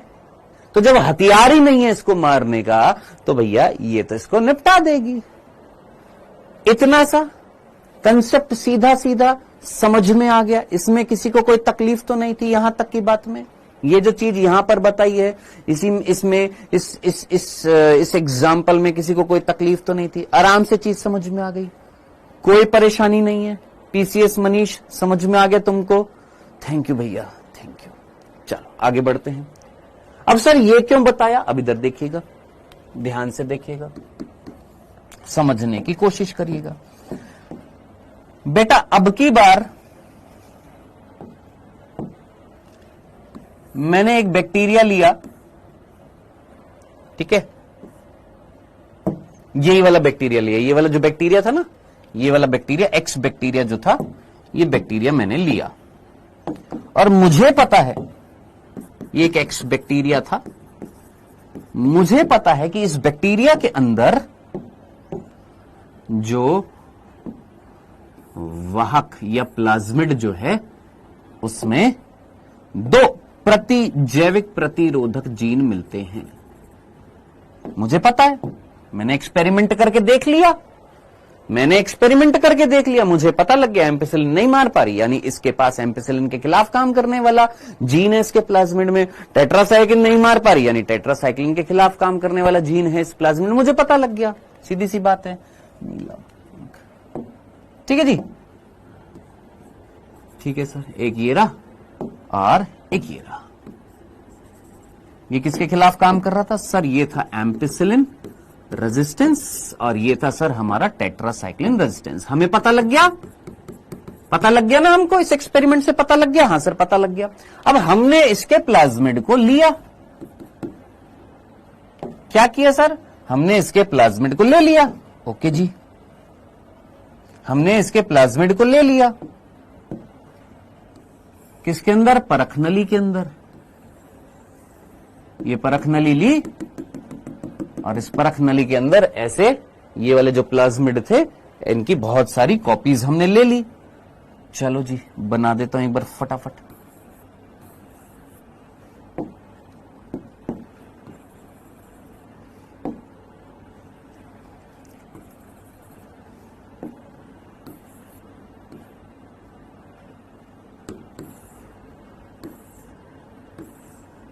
डाल दिए? ओके जी, कहां डाल दिए हमने? ये वाले टेस्ट ट्यूब के अंदर डाल दिए। ओके सर, और हमने हमारा जीन जिसकी हमें कॉपी बनानी है उसको भी हमने डाल दिया। ठीक है जी, या रुकिए रुकिए, एक कंसेप्ट पहले दूसरा लेते हैं फिर उसके बाद ये चीज समझेंगे। सॉरी, एक कंसेप्ट पहले दूसरा ले लेते हैं फिर उसके बाद ये चीज समझेंगे। देखिए हमने क्या किया, हमने इस प्लाज्मिड को लिया और इस प्लाज्मिड के साथ हमने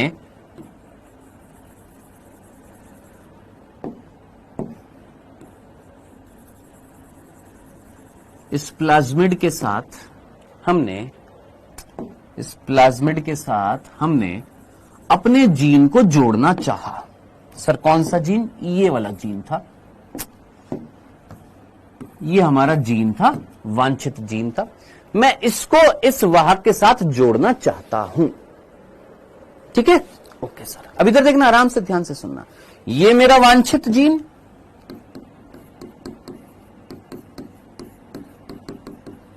ये मेरा वाहक,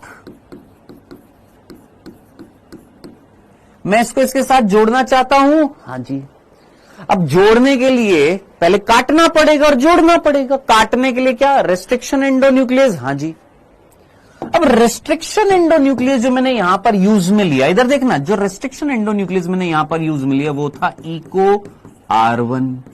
सभी को सीक्वेंस याद है? सभी को सीक्वेंस याद है? GAATTC।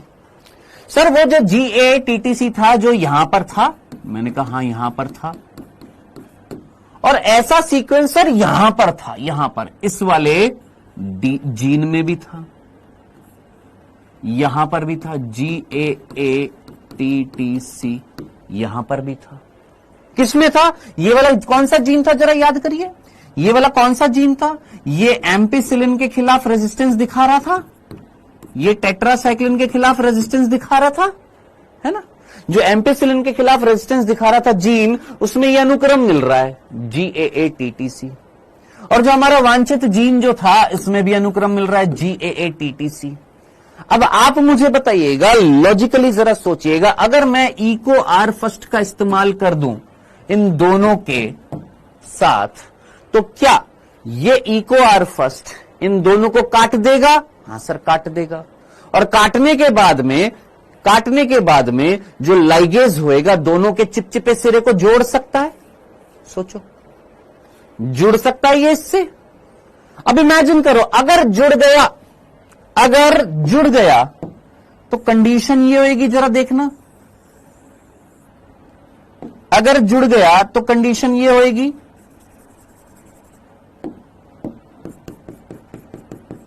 अगर जुड़ गया तो कंडीशन ये हो जाएगी, और अगर नहीं जुड़ा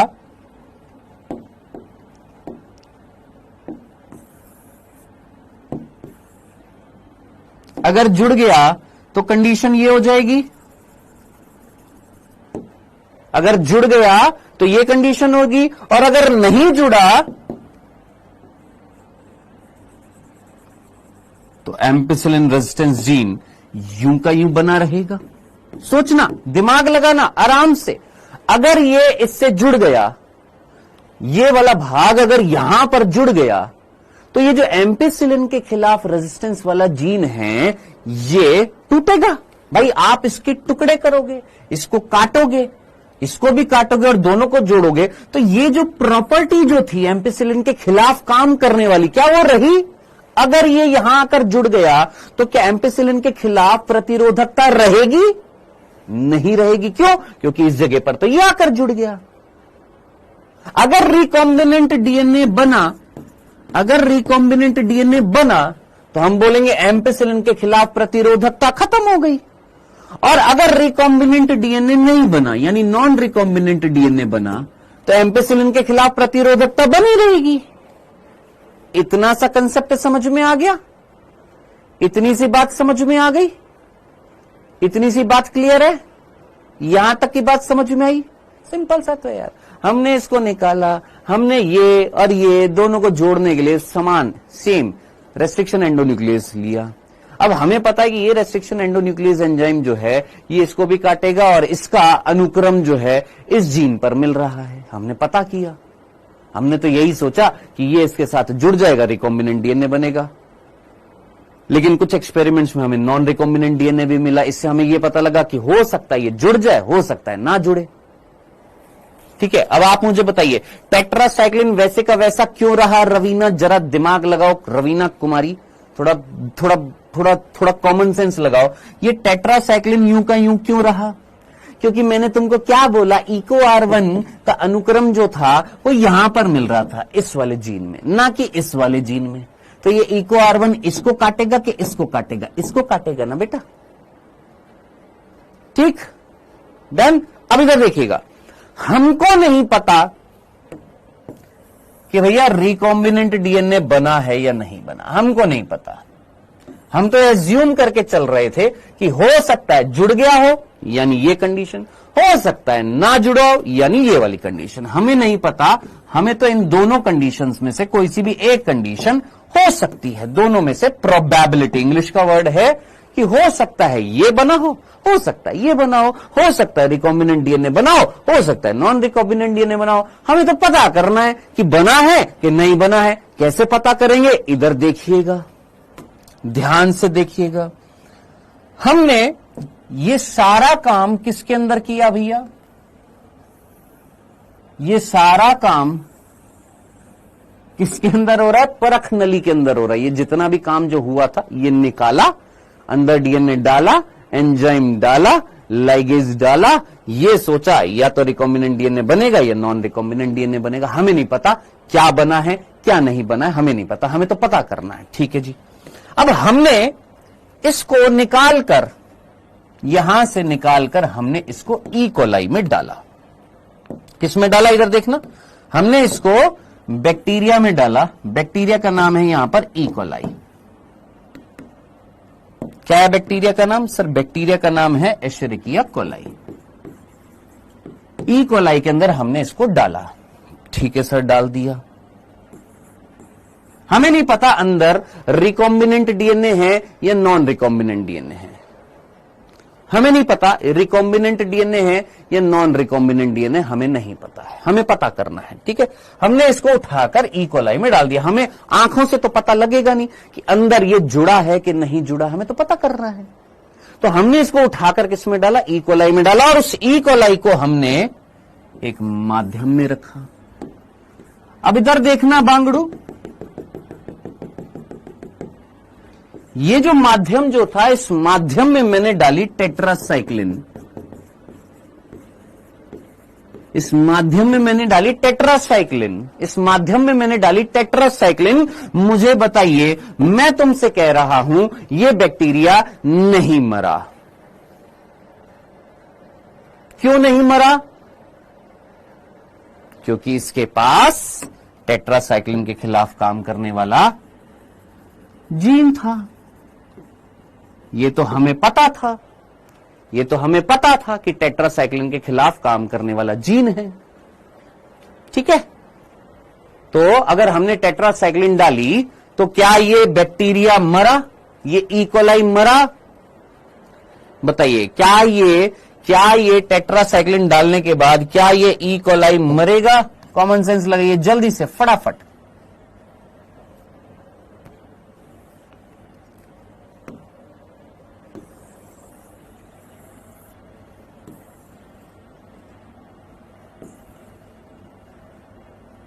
हाँ जी,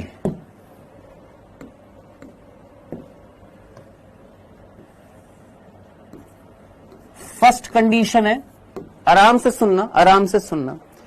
मैंने बोला मैंने यहां पर माध्यम में टेट्रासाइक्लिन डाला, मैंने माध्यम में टेट्रासाइक्लिन डाला और रिजल्ट मुझे मिला क्या? कि ई कोलाई मर गया। अब आप मुझे बताएंगे सोच समझकर, क्या सर? सुनो, मैंने तुमसे कहा मुझे रिजल्ट मिला कि ये ई कोलाई मर गया, इससे आपको क्या पता लग रहा है? सोच समझकर मुझे बताना। अगर ये ई कोलाई मर गया, ये डालने के बावजूद हमने इसको डालने की कोशिश करी, हमें लगा कि हमने डाल दिया, सुनना, हमें लगा कि हमने यहां से निकालकर इस ई कोलाई में डाल दिया और हमने माध्यम में टेट्रासाइक्लिन डाल दी और टेट्रासाइक्लिन ने इस बैक्टीरिया को मार दिया। हमने इस माध्यम में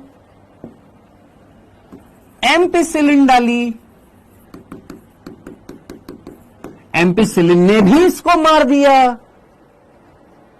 अब आप खुद सोचिएगा, अगर टेट्रासाइक्लिन भी इसको मार पा रही है, एम्पिसिलिन भी इसको मार पा रही है, इट मीन्स अंदर कोई वाहक गया ही नहीं है। क्योंकि अगर जाता तो कम से कम टेट्रासाइक्लिन के खिलाफ तो प्रतिरोधकता दिखाता कि नहीं दिखाता। क्यों? क्योंकि टेट्रासाइक्लिन वाले को थोड़ी ना काटा है हमने तो एम्पिसिलिन वाले को काटा, यानी टेट्रासाइक्लिन के खिलाफ प्रतिरोधकता होनी चाहिए थी, लेकिन टेट्रासाइक्लिन इसको मार रहा है। अब इससे क्या पता लग गया कि ई कोलाई अगर मर रहा है, यानी ई कोलाई के अंदर कोई प्रतिरोधकता नहीं गई, यानी इस ई कोलाई के अंदर ये टेट्रासाइक्लिन के खिलाफ काम करने वाली क्षमता पहुंची ही नहीं है। यानी ये सेल, ये पहली कंडीशन वाली जो सेल जो है, बताइए ये ट्रांसफॉर्म्ड है कि नॉन ट्रांसफॉर्म्ड है? सोचिए, ये कौन सी कोशिका है जो हमें पता लगी? सर ये नॉन ट्रांसफॉर्म्ड सेल है। क्या पहली सेल पता लग गई आपको? पता लग गई। डन, याद रखेंगे, समझ में आ गया। अब दूसरी कंडीशन। सर हमको दूसरी कंडीशन, मान लो ये वाली कंडीशन, एक ऐसी कंडीशन हमको मिली थी, ठीक है सर, हमने फिर अपना एक्सपेरिमेंट फिर से दोहराया, वापस से हमने वाहक डाला, फिर से हमने जीन डाला, फिर से हमने इको R1 डाला, फिर से हमने एंजाइम डाले। हो सकता है पहले हमारा एक्सपेरिमेंट प्रॉपरली ना हुआ हो, फिर से वापस से एक्सपेरिमेंट किया, फिर से एक्सपेरिमेंट करने के बाद फिर वापस से इसको निकालकर हमने किस में डाला सर? ई कोलाई में डाला। यानी सेकंड कंडीशन देख रहे हैं अब हम यहां पर। सेकंड कंडीशन देखिएगा, सेकंड कंडीशन में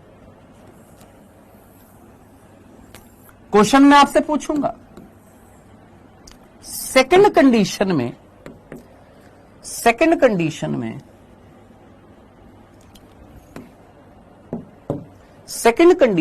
से सुनना, सेकंड कंडीशन में जब हमने टेट्रासाइक्लिन डाला, सुनना आराम से सुनना, सेकंड कंडीशन में जब हमने टेट्रासाइक्लिन डाला तो हमें रिजल्ट क्या मिला?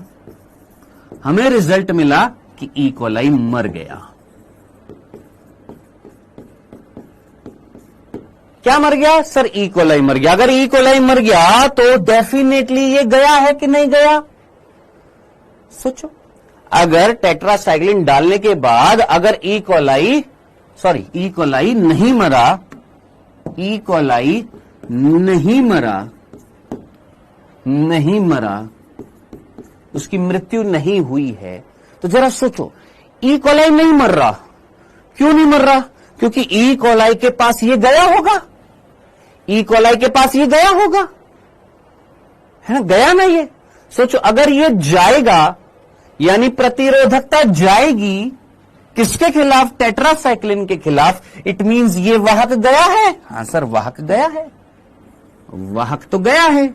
और उस वाहक में टेट्रासाइक्लिन के खिलाफ काम करने वाला जीन है। हां सर, बिल्कुल है सर, टेट्रासाइक्लिन के खिलाफ काम करने वाला जीन है, बिल्कुल है। ठीक है सर, ओके जी। अब इधर देखना, अब मैंने यहां पर एम्पिसिलिन डाला, इधर देखिएगा, अब मैंने यहां पर एम्पिसिलिन डाला, अब मैंने यहां पर क्या डाला? एम्पिसिलिन डाला, और रिजल्ट में मुझे क्या मिला? रिजल्ट में मुझे मिला कि ई कोलाई नहीं मरा। ओहो, एम्पिसिलिन डालने के बाद भी नहीं मरा। अब इससे बताइए मुझे क्या पता लगता है आपको? टेट्रासाइक्लिन डालने से भी नहीं मरा, एम्पिसिलिन डालने से भी नहीं मरा, यानी जो यहां पर वाहक आ रहा है उसमें टेट्रासाइक्लिन के खिलाफ काम करने की भी क्षमता है और एम्पिसिलिन के खिलाफ काम करने की भी क्षमता है, यानी दोनों के खिलाफ काम करने की क्षमता। इससे यह पता लगा कि हमारा जीन यहां पर नहीं जुड़ा, क्योंकि अगर जुड़ गया होता बांगड़ू, अगर जुड़ गया होता तो एम्पिसिलिन के खिलाफ काम करने की क्षमता ना होती, लेकिन है, यानी एम्पिसिलिन इसको मार नहीं पा रहा, यानी इसके अंदर एम्पिसिलिन के खिलाफ काम करने की क्षमता है। इट मींस हमारा जीन इससे नहीं जुड़ा। इससे क्या पता लगता है कि ये सेल कौन सी है? ट्रांसफॉर्म्ड तो हो गई लेकिन नॉन रिकॉम्बिनेंट है। कहा भैया पीसीएस मनीष, समझ में आया?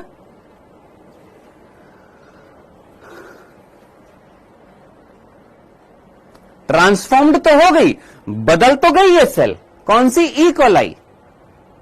क्यों? क्योंकि इसके अंदर टेट्रासाइक्लिन के खिलाफ काम करने की भी क्षमता है, एम्पिसिलिन के खिलाफ भी काम करने की क्षमता है, जो पहले नहीं मिलती थी अब मिल रही है। यानी इसके अंदर ये वाहक तो आया, लेकिन क्या ये वाहक हमारा जीन लेकर आया? सर फर्स्ट कंडीशन में संवाहक गया ही नहीं। हां बेटा, फर्स्ट कंडीशन में गया ही नहीं। हमने कोशिश करी, जा ही नहीं पाया, एंटर नहीं हो पाया।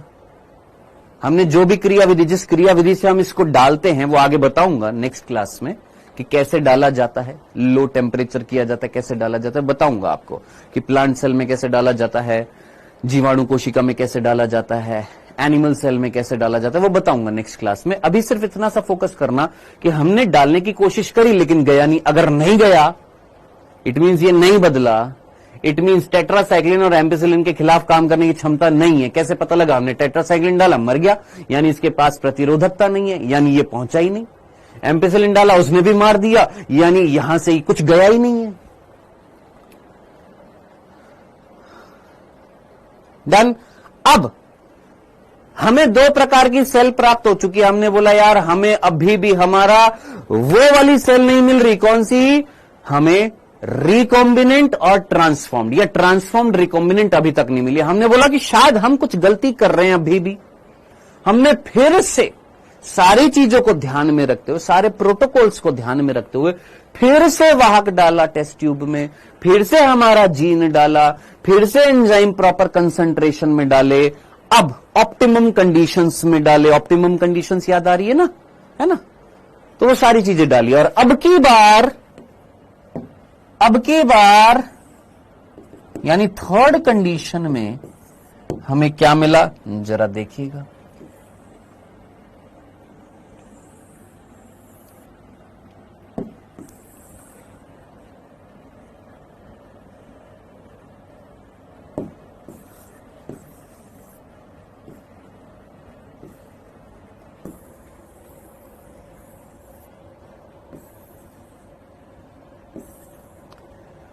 थर्ड कंडीशन में हमें क्या कंडीशन मिल रही है जरा देखिएगा।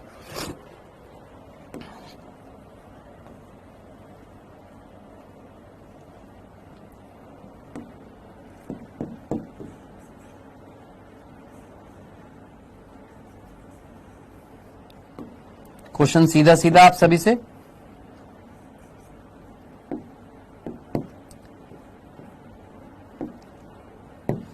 हाँ जी बेटा, हमने वापस से उठाकर कहां डाला? यहां डाला, हमें नहीं पता। हमने माध्यम में डाला टेट्रासाइक्लिन। हमने माध्यम में क्या डाला? टेट्रासाइक्लिन। टेट्रासाइक्लिन हमें डाला, हमें रिजल्ट में क्या मिला? सर हमें रिजल्ट मिला कि ई कोलाई नहीं मरा। क्या रिजल्ट मिला? हमें टेट्रासाइक्लिन डाला, हमें रिजल्ट में क्या मिला? कि ई कोलाई नहीं मरा। ई कोलाई नहीं मरा, इससे क्या पता लगता है? कि भैया इस ई कोलाई के पास टेट्रासाइक्लिन के खिलाफ काम करने की क्षमता आ गई है, यानी ये वाहक आया है यहां पर जिसमें टेट्रासाइक्लिन के खिलाफ काम करने की क्षमता, यानी ये रूपांतरित हो गई। हाँ सर। अब जब हमने एम्पेसिलिन डाला, जब हमने एम्पेसिलिन डाला तो हमें रिजल्ट क्या मिला? जब हमने एम्पेसिलिन डाला तो हमें रिजल्ट क्या मिला? हमें रिजल्ट मिला कि ई कोलाई मर गया। अब मुझे बताओ, ई कोलाई मर गया, अब बताओ इससे क्या पता लगता है? सोचो, ई कोलाई मर गया, इससे क्या पता लगता है? सोच समझ कर आंसर देना। ई कोलाई मर गया, इससे क्या पता लगता है? कि सर यहां पर एम्पिसिलिन के खिलाफ काम करने वाला जीन नहीं है। यानी ये जो वाहक जो था जिसमें एम्पिसिलिन के खिलाफ काम करने वाला जीन था, वो नहीं आया है। वो क्यों नहीं आया है? क्योंकि हमारा जीन वहां पर जुड़ चुका है। हमारा जीन वहां पर जुड़ चुका है, और हमारा जीन अगर यहां पर जुड़ चुका है, यानी ये कोशिका कैसी कहलाएगी? अब सर इस कोशिका को हम थर्ड वाली कंडीशन में जो कोशिका है वो क्या कहलाएगी? ट्रांसफॉर्म्ड रिकॉम्बिनेंट कहलाएगी। बताओ। अब ये तीसरी वाली कंडीशन में जो जो प्रोटोकॉल हमने लिखे हैं कि ऐसे ऐसे हमने ये प्रोसीजर, सोचो यहां पर कोई गलती कर रहे होंगे तभी तो रिजल्ट नहीं आया, यहां पर कोई गलती कर रहे होंगे तभी तो रिजल्ट नहीं आया, यहां पर कोई चीज सही की होगी तभी रिजल्ट आया। अब जब रिजल्ट आ गया तो उन्हीं प्रोटोकॉल्स को फॉलो करके वापस से हम क्या रिकॉम्बिनेंट डीएनए बनाएंगे या नहीं बनाएंगे? वापस से सुनना क्या बोला मैंने। हमें यह पता लग गया कि जब हमने ये फर्स्ट प्रोसीजर जब किया था तो कुछ गलती हुई होगी तभी तो नहीं बना। सेकंड प्रोसीजर में हमने बोला कोई गलती हुई होगी तभी तो नहीं बना हमें तो ये चाहिए ना बेटा। सोचो मुझे बायोटेक्नोलॉजी करानी है, बायोटेक्नोलॉजी के अंदर मुझे रिकॉम्बिनेंट डीएनए बनाना है कि नहीं बनाना? हाँ सर। अब आप मुझे बताइए, क्या इस कंडीशन में रिकॉम्बिनेंट डीएनए बना? क्या इस कंडीशन में बना या इस कंडीशन में बना है ना रिकॉम्बिनेंट डीएनए। तो अगर इस कंडीशन में रिकॉम्बिनेंट डीएनए बना है, इसमें नहीं बना कोई गलती कर रहे थे, इसमें नहीं बना कोई गलती कर रहे थे, इसमें बना, यानी यहां पर प्रोसीजर बिल्कुल करेक्ट होगा। अब उस प्रोसीजर को कहीं ना कहीं मेंशन किया होगा, लिखा होगा, कोई ऑप्टिमम कंडीशंस ली हुई होंगी, उसी प्रोसीजर को फॉलो करके क्या वापस से हम ये प्रोसीजर करेंगे। अब सेल में नहीं डालेंगे, अब सीधा सीधा हम क्या करेंगे सर, सीधा सीधा जोड़ते जाएंगे, और हमें पता है कि अब जो प्रोसीजर हम फॉलो कर रहे हैं उससे हमें क्या मिल रहा है? रिकॉम्बिनेंट डीएनए मिल रहा है। अब उनको लेते जाएंगे, सेल्स के अंदर डालते जाएंगे, उन सेल्स की वृद्धि कराएंगे, उन सेल्स को माध्यम में रखेंगे। अब जैसे इस वाली सेल को हमने माध्यम में रखा, इसकी वृद्धि कराएंगे। सोचिए हमारा जीन कॉपी करेगा या नहीं करेगा, है ना? क्योंकि कई बच्चे पूछते हैं सर सेल तो मर जाएगी फिर कैसे होएगा? सर ये सेल तो फिर मर जाएगी, बेटा एक ही सेल तो नहीं लेंगे ना। मैं इसलिए बोला था विक्रम चंद्रवंशी, जरा ध्यान से सुनो मैं क्या कह रहा हूं। मैंने कहा ये प्रोसीजर जब फॉलो किया होगा तो चीजें ऐसे हवा में थोड़ी ना होती है, प्रैक्टिकल लिखा जाता है कि ये इतनी कंसंट्रेशन में ये लिया गया है, इतनी कंसंट्रेशन में ये काम हुआ, इतने टेम्परेचर पर ये हुआ है। नहीं हुआ, प्रॉपर काम नहीं आया, प्रोसीजर में चेंज किया, फिर से एक्सपेरिमेंटेशन किया, फिर से रिजल्ट नहीं आया, फिर चेंज किया प्रोसीजर में, रिजल्ट आया, यानी हमें पता लग गया कि ये प्रोसीजर करने से, ये कंडीशंस देने से, ये प्रोटोकॉल फॉलो करने से हमारा अगर रिजल्ट आ रहा है तो क्या हम बाकी पहले वाले दो प्रोसीजर को फॉलो करेंगे? नहीं।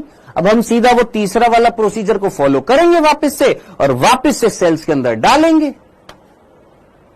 और फिर उन सेल्स की वृद्धि कराएंगे। इसलिए बोला जाता है ध्यान से सुना करो कॉपी पेस्ट करने से पहले।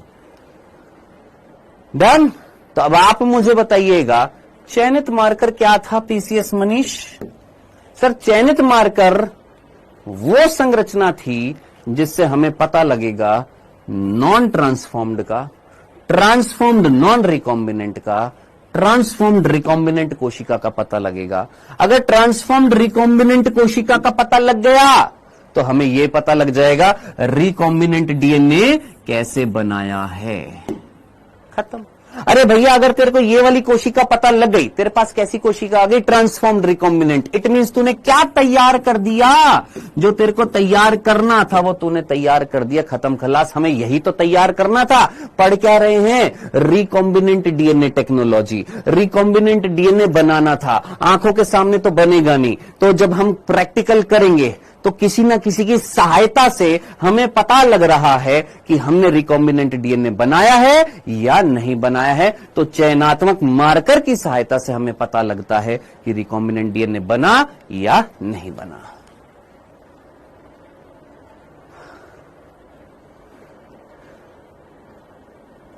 सर एम्पेसिलिन पर इको R1 के सीक्वेंस मिलते हैं या आप समझाने के लिए बता रहा हूं राज बुंडेला, जस्ट समझाने के लिए।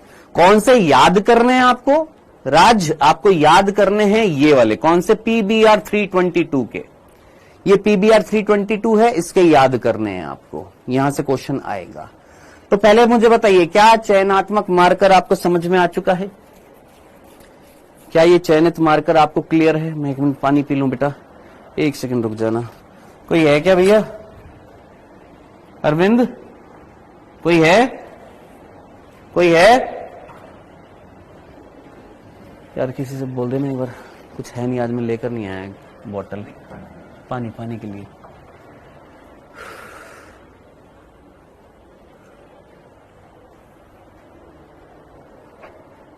Yes Saurabh Singh, yes Saurabh Singh. Condition उल्टी हो जाती बेटा। सर इनको लिखेंगे कैसे? ऐसे ऐसे ऐसे लिखेंगे। देखो यहां से पढ़ना स्टार्ट करो। ORI के अतिरिक्त वाहक में एक चयनात्मक मार्कर की भी आवश्यकता होती है जो कि रूपांतरित भाग को स्थानांतरित भाग से पहचानने व अलग करने में सहायता करता है। क्या कर रहा है चयनात्मक मार्कर? क्या कर रहा है? अरूपांतरित को पहचानने में या रूपांतरित भाग से अलग करने में, पहचानने में मदद करता है। रूपांतरण एक प्रक्रिया है जिसमें एक डीएनए खंड को पोषी जीवाणु में प्रविष्ट कराया जाता है। ट्रांसफॉर्मेशन क्या था? हमने बोला था कि अगर एक वाहक को आप कोशिका में डालोगे और वो कोशिका में चेंज आ रहा है तो कोशिका रूपांतरित हो गई। यानी रूपांतरण एक प्रक्रिया था। अरे ग्रिफिथ ने यही तो किया था। रूपांतरण एक प्रक्रिया थी जिसमें हम डीएनए का खंड डालेंगे पोषी कोशिका में, वो बदल जाएगी, वो रूपांतरण है। ठीक है जी, डन। तीसरी कंडीशन सामान्यता। एंटीबायोटिक प्रतिरोधक जीन जो होते हैं जैसे एम्पेसिलिन रेजिस्टेंस, टेट्रासाइक्लिन रेजिस्टेंस, ये ज्यादातर क्या होते हैं? चयनात्मक मार्कर होते हैं। ई कोलाई जीवाणु के लिए ये एक अच्छे मार्कर होते हैं। इसीलिए मैंने एग्जांपल में क्या लिया था? ई कोलाई, क्योंकि ज्यादातर ई कोलाइज के अंदर जो प्लाज्मिड होते हैं उनमें टेट्रासाइक्लिन और एम्पेसिलिन रेजिस्टेंस नहीं होती है।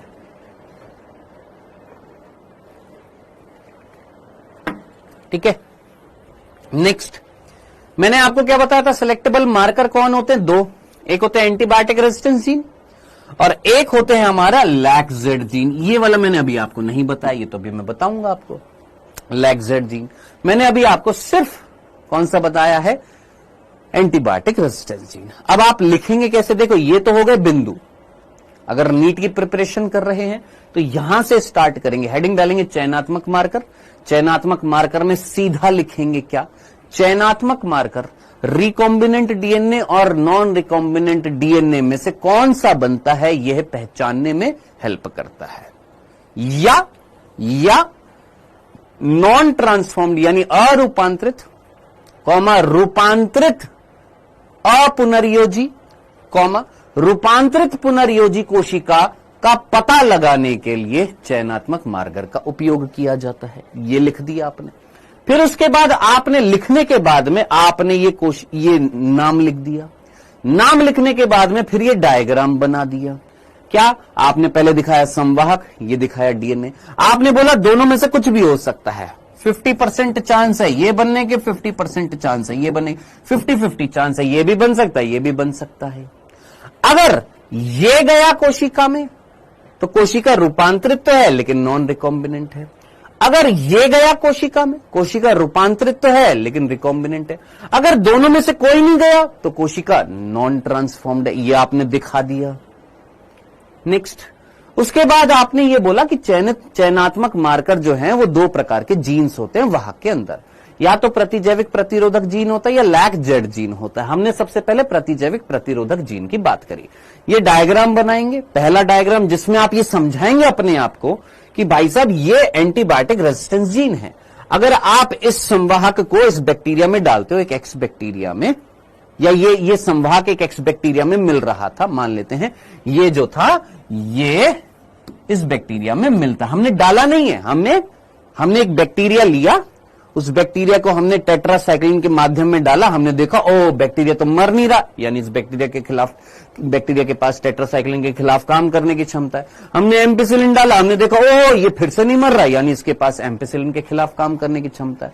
हमने पेनिसिलिन डाला, ये मर गया, इससे हमें ये पता लग गया कि ये जो बैक्टीरिया है ये एम्पिसिलिन के खिलाफ और टेट्रासाइक्लिन के खिलाफ प्रतिरोधकता दिखाता है, इसके खिलाफ नहीं दिखाता। यानी इस बैक्टीरिया के पास जो प्लाज्मिड है उसमें दो एंटीबायोटिक रेजिस्टेंस जीन है, एक टेट्रासाइक्लिन और एक एम्पिसिलिन के खिलाफ। ठीक है, हमने अब इस एक्स बैक्टीरिया जो था, यही एक्स बैक्टीरिया जो था, इसका हमने इस वाहक को लिया, माध्यम में डाला, अपने जीन को डाला और तीन कंडीशंस हमने देखी। पहली कंडीशन जिसमें हमने टेट्रासाइक्लिन डाला, टेट्रासाइक्लिन डालते ही ई कोलाई मर गया, यानी ये हमारा ससुरा गया ही नहीं।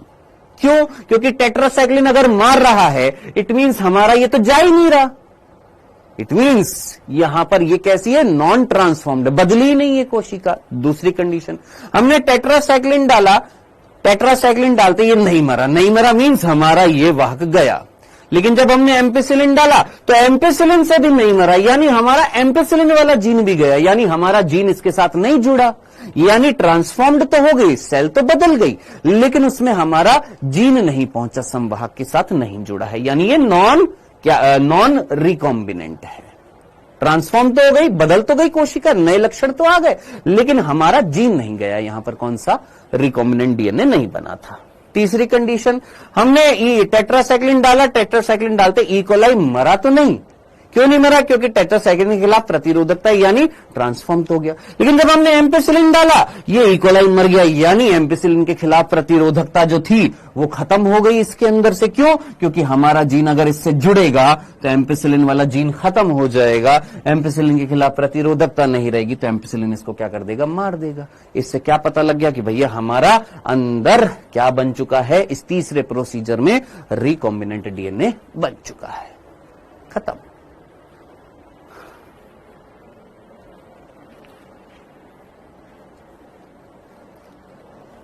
क्लियर है?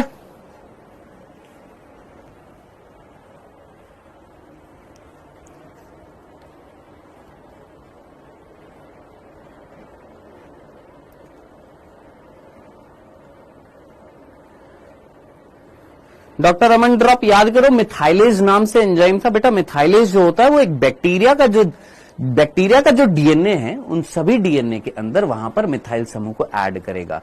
सोचो एक घर है और उस घर पर किसी ने अटैक किया है, तो घर के सदस्य सभी अपने आप को बचाने की कोशिश करेंगे। तो अगर एक वायरस अटैक कर रहा है तो बैक्टीरिया के अंदर जो मिथाइलेज जो होएगा वो उन जगहों पर मिथाइल समूह को ऐड करेगा। किसके रेस्पेक्ट में? उस रेस्ट्रिक्शन एंडोन्यूक्लियस एंजाइम के रेस्पेक्ट में जो उस बैक्टीरिया ने प्रोड्यूस किया है। अब चाहे वो प्लाज्मिड में भी लगाएगा, वो अपने जीनोमिक डीएनए में भी लगाएगा। सर फर्स्ट वाली को नॉन ट्रांसफॉर्म्ड नॉन रिकॉम्बिनेंट बोल सकते हैं? बिल्कुल बोल सकते हैं। ना ही ट्रांसफॉर्म्ड हुई है बेटा, जब ट्रांसफॉर्म्ड ही नहीं हुई तो नॉन रिकॉम्बिनेंट बोलना ही बेवकूफी रहेगी। फिर तो जब ट्रांसफॉर्म्ड ही नहीं हुई, कुछ गया ही नहीं है, तो रिकॉम्बिनेंट तो कहलाएगी नहीं, बदली ही नहीं। हाँ जी, चलिए। सो ये था हमारा पहला चयनात्मक मार्कर, कौन था? प्रतिजैविक प्रतिरोधक जीन। अब दूसरे पर आते हैं, दूसरा है लैक जेड जीन। सर ये लैक जेड जीन क्या है? इधर देखिएगा, जरा ध्यान से सुनिएगा।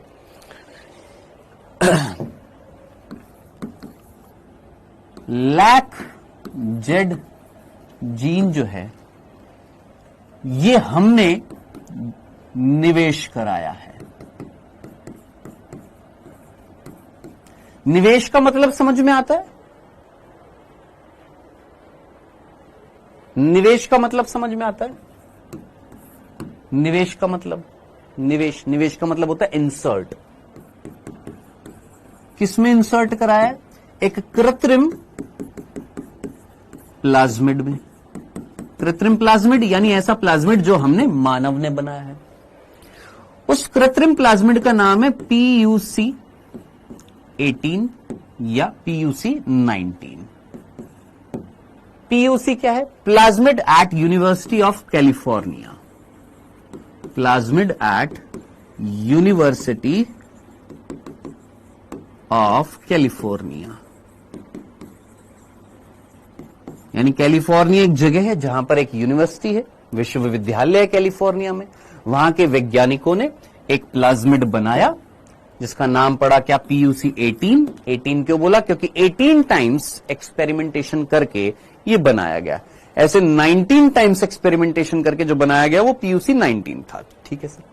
अब ये जो प्लाज्मिड जो था ये हमने आर्टिफिशियली प्लाज्मिड बनाया और इस प्लाज्मिड के अंदर हमने इंसर्ट कराया। किसको इंसर्ट कराया? एक जीन को, और इस जीन का नाम है लैक जेड जीन।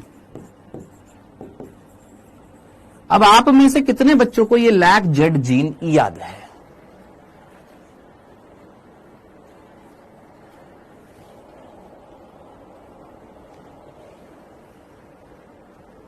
याद है? अच्छा, एक चीज रह गई थी। ये जो चयनात्मक मार्कर जो होते हैं इसको हम वर्णीय योग्य चिन्हक भी बोलते हैं। ये आपकी एनसीईआरटी में वर्ड लिखा होगा। सेलेक्टेबल मार्कर को वर्ण योग्य चिन्हक भी कहा जाता है, तो कंफ्यूज मत हो जाइएगा। सेलेक्टेबल मार्कर बोल दीजिए, चयनात्मक मार्कर बोल दीजिए, चयनित मार्कर बोल दीजिए, वर्ण योग्य चिन्हक बोल दीजिए। ठीक है जी? हाँ जी, क्या बोला मैंने? मैंने बोला ये लैक जेड जीन आपको याद है?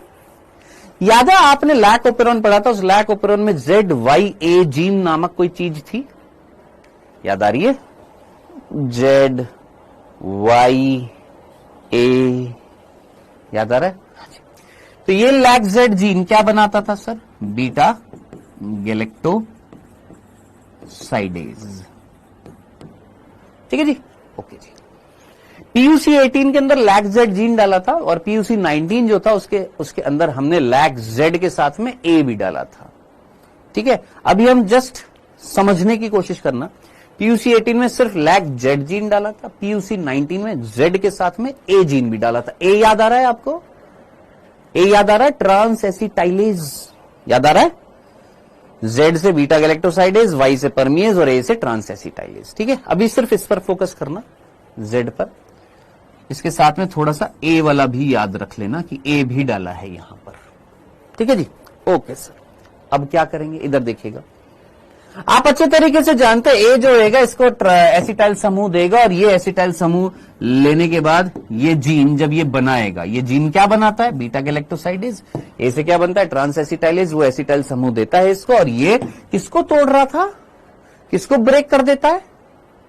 ये बीटा गैलेक्टोसाइडेज किसको तोड़ देता है? क्या ये लैक्टोज को ग्लूकोज और गैलेक्टोज में तोड़ता है? क्या ये लैक्टोज को ग्लूकोज और गैलेक्टोज में तोड़ता है? याद है आप सभी को? याद है ना सभी को? बहुत बढ़िया, अपना काम हो गया। अब इधर देखिएगा, हमने बोला लैक जेड जीन जो है इसको हम यूज में ले रहे हैं एज ए सेलेक्टेबल मार्कर।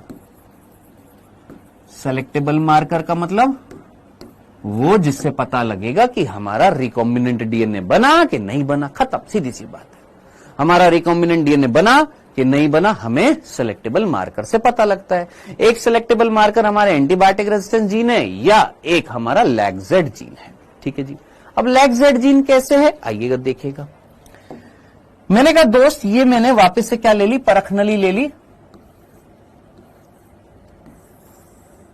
और इस परख नली में मैंने ये PUC18 PUC19 ये जो प्लाज्मिड्स हैं, जो कृत्रिम प्लाज्मिड है, ये डाल दिए हैं, जिनके पास कौन सा जीन है, लैग-जेड जीन है, साथ में ए भी है, याद रखना। मेन कौन है, लैग-जेड जीन है, इसलिए हमारी एनसीईआरटी ने भी लैग-जेड जीन ही बोला है। कौन है, लैग-जेड जीन है यहां पर, जेड। ठीक, ओके सर, आराम से सुनना, आराम से। ठीक है, ये हमने डाल दिया और हमने अंदर डाल दिया अपना डीएनए डाल दिया, और अंदर हमने क्या डाल दिया भैया, अपने एंजाइम डाल दिए। वो एंजाइम रेस्ट्रिक्शन एंडोन्यूक्लियस भी है, लाइगेज भी है, जो काटेंगे और जोड़ेंगे। ठीक है जी। अब आगे बढ़ने से पहले एक वर्ड पर फोकस करना प्लीज। एक वर्ड होता है क्रोमोजेनिक पदार्थ।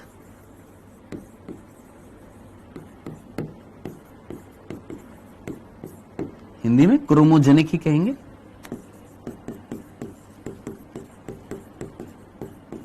सर क्या होता है ये क्रोमोजेनिक पदार्थ?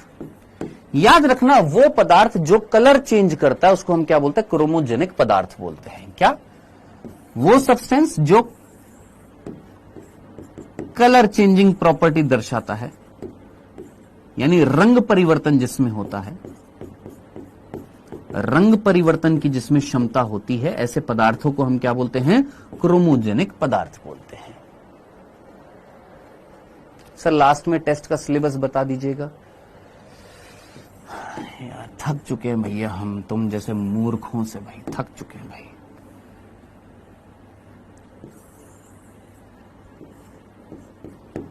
हाँ जी, क्रोमोजेनिक पदार्थ क्या होता है? सर वो पदार्थ जिसमें रंग परिवर्तन की क्षमता होती है, रंग बदलने की क्षमता होती है, उसको हम बोलते हैं क्रोमोजेनिक पदार्थ। Okay sir. अब हमने क्या किया, जरा इधर देखिएगा। हमने एक प्लेट ली,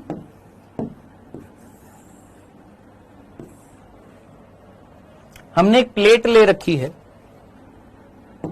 और इस प्लेट पर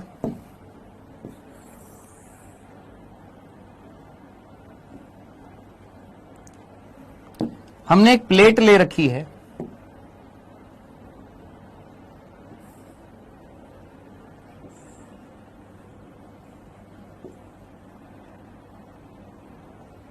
मान लेते ये प्लेट है, और इस प्लेट के ऊपर हमने ये पदार्थ रखा हुआ, और ये है क्रोमोजेनिक पदार्थ। क्या नाम है इसका? ये है क्रोमोजेनिक पदार्थ। ये क्रोमोजेनिक पदार्थ जो है क्या करता है, रंग बदलता है। क्या बदलता है? ये रंग बदलता है, इसके रंग परिवर्तन की क्षमता होती है। कब रंग बदलता है देखिएगा। इस क्रोमोजेनिक पदार्थ पर ध्यान से सुनना, इस क्रोमोजेनिक पदार्थ पर अगर लैक्टोज, इस क्रोमोजेनिक पदार्थ पर क्या होता है, लैक्टोज होता है। अगर ये लैक्टोज टूटकर ग्लूकोज और गैलेक्टोज में कन्वर्ट हो जाता है, तो ये क्रोमोजेनिक पदार्थ कैसा रंग देता है? याद रखना, इस कंडीशन में एक क्रोमोजेनिक पदार्थ जो है वो ब्लू कलर का होता है। क्या बोला मैंने? ध्यान से सुनना। मैंने बोला मेरे पास ये एक प्लेट है, उस प्लेट पर एक क्रोमोजेनिक पदार्थ है, उस क्रोमोजेनिक पदार्थ के ऊपर रखा हुआ है लैक्टोज। अगर लैक्टोज टूटा, किसमें? ग्लूकोज और गैलेक्टोज में, तो ग्लूकोज और गैलेक्टोज में अगर ये टूटता है तो ग्लूकोज इस पदार्थ के साथ अभिक्रिया करता है। ग्लूकोज जो है इस पदार्थ के साथ क्रिया करके इसका कलर चेंज कर देता है। कैसा कर देता है? उसको ब्लू कर देता है। ठीक है सर। दूसरी कंडीशन, दूसरी कंडीशन जरा ध्यान से देखिएगा। दूसरी कंडीशन है,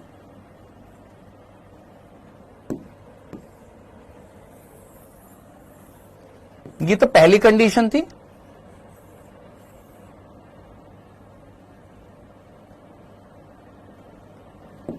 ये तो पहली कंडीशन थी। दूसरी कंडीशन है अगर लैक्टोज नहीं टूटता, अगर लैक्टोज नहीं टूटता, यहां पर लैक्टोज टूटा, ब्रेकडाउन हुआ, अगर लैक्टोज नहीं टूटता है तो ग्लूकोज भी नहीं बनता, गैलेक्टोज भी नहीं बनेगा, और इस कंडीशन में ये क्रोमोजेनिक पदार्थ जो है, ये क्रोमोजेनिक पदार्थ जो है ये व्हाइट कलर का रहता है।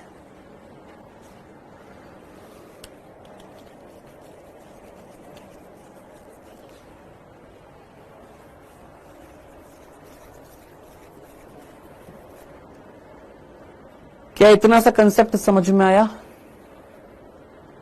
क्या इतनी सी बात आपको समझ में आई? क्या कि अगर लैक्टोज टूटा तो ग्लूकोज बनेगा, गैलेक्टोज बनेगा, ग्लूकोज इस पदार्थ से रिएक्ट करेगा और इसका कलर कैसा हो जाएगा? ब्लू हो जाएगा। अगर लैक्टोज नहीं टूटा यानी ग्लूकोज नहीं बना, जब ग्लूकोज नहीं बनेगा तो ये क्रोमोजेनिक पदार्थ कैसा रहेगा? व्हाइट कलर का ही रहेगा, यानी व्हाइटिश अपीयरेंस में रहेगा। ओके सर, अब हमने क्या किया? हमने परख नली ली, इस परख नली के अंदर हमने वाहक डाला। कौन सा वाहक था भैया? ये हमारा PUC 18 या PUC 19 था, जो हमने कृत्रिम रूप से बनाया था, जिसके अंदर हमारा LAC-Z जीन था। हम जानते हैं इस LAC-Z जीन को काटने का काम कोई रेस्ट्रिक्शन एंडोन्यूक्लियस करता है। मान लो कोई रेस्ट्रिक्शन एंडोन्यूक्लियस है, मान लो वो BAM H1 है, SMA फर्स्ट, कोई सा भी है ना, हमें पता है, हमें पता है, हमने एक्सपेरिमेंट करके अगर ये बनाया है तो हमें पता है इस LAC-Z जीन को काटने का काम कौन सा रेस्ट्रिक्शन एंडोन्यूक्लियस करता है, हमें पता है। तो हमने क्या किया? अपना वांछित डीएनए डाला, हमने वाहक डाला, हमने एंजाइम डाल दिए। अब हम ये सोच रहे हैं कि या तो हमारा रिकॉम्बिनेंट डीएनए बनेगा या नहीं बनेगा, यानी या तो कंडीशन ये होगी, कौन सी? या तो कंडीशन ये होगी कि ये हमारा डीएनए यहां पर जुड़ जाएगा, या तो कंडीशन ये होगी कि ये जेड जीन हट जाएगा और हमारा डीएनए यहां पर जुड़ जाएगा। यही है ना? यही तो कंडीशन है। क्या कि सर एक कंडीशन तो ये है कि सर हमारा जीन जुड़ जाएगा जो हमने डाला है, या नहीं जुड़ेगा, है ना? ठीक है। अब ध्यान से सुनना, अब हमने इन दोनों में से इसको भी लिया, सेल के अंदर ई कोलाई के अंदर डाला, और इसको भी उठाकर हमने किसमें डाला? ई कोलाई के अंदर डाल दिया। अब इस ई कोलाई को मैंने यहां पर डाला और इस ई कोलाई को मैंने यहां पर डाल दिया। सॉरी, इस ई कोलाई को मैंने यहां पर डाला, इस ई कोलाई को मैंने यहां पर डाल दिया, इस ई कोलाई को मैंने यहां पर डाल दिया। मैं आपसे सीधा सा प्रश्न पूछूंगा, जल्दी से मुझे बताइएगा, दोनों में से कौन सी कंडीशन में कलर चेंज होगा? जल्दी से बताइएगा, सीधा सीधा।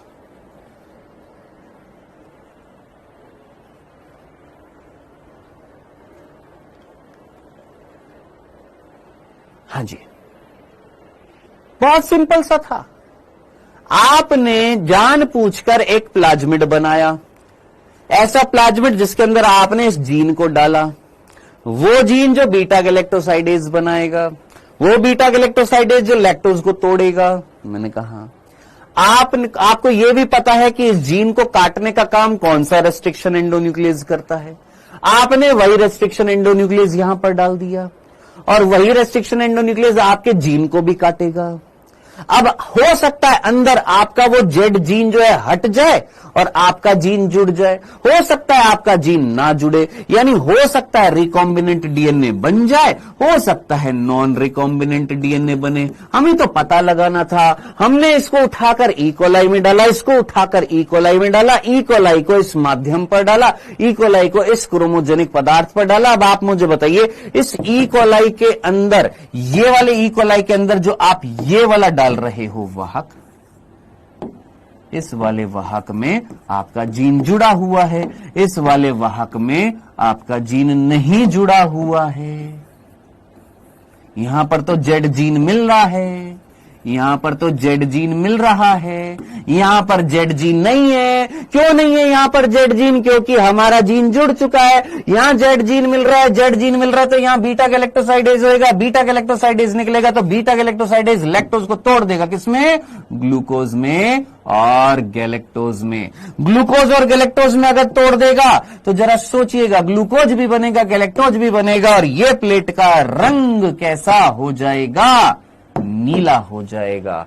और ये वाली प्लेट का रंग नीला नहीं हुआ, सफेद रह गया। इससे क्या पता लगा कि सर हमारा जेड जीन जो है वो हट चुका है। सोचो अगर जेड जीन होता, सोचो अगर जेड जीन होएगा तो बीटा गैलेक्टोसाइडेज निकलेगा, बीटा गैलेक्टोसाइडेज निकलेगा तो कलर चेंज होगा। अभी तो बताया था, अरे बीटा गैलेक्टोसाइडेज निकलेगा, बीटा गैलेक्टोसाइडेज क्या करेगा? लैक्टोज को ग्लूकोज को लैक्टोज में तोड़ेगा, ग्लूकोज जो है रिएक्ट करेगा, ब्लू कलर का हो जाएगा। यहां पर जेड जीन है, यहां पर जेड जीन नहीं है। क्यों नहीं है? क्योंकि हमारा जीन इससे जुड़ चुका है। अब जेड जीन अगर नहीं होएगा, बीटा गैलेक्टोसाइडेज नहीं निकलेगा, बीटा गैलेक्टोसाइडेज नहीं निकलेगा तो सीधी सी बात है, लैक्टोज नहीं टूटेगा, ग्लूकोज नहीं बनेगा, ये व्हाइट कलर की रहेगी। ये व्हाइट कलर की अगर रहेगी, इट मींस ये हमारा नॉन रिकॉम्बिनेंट, ये हमारा रिकॉम्बिनेंट डीएनए बन चुका है।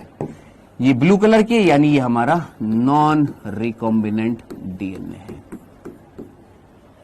एंटीबायोटिक से बहुत इजी है ये समझना। अगर तुमको एंटीबायोटिक रेजिस्टेंस जीन वाला समझ में आ गया तो ये तो उससे भी ज्यादा इजी था।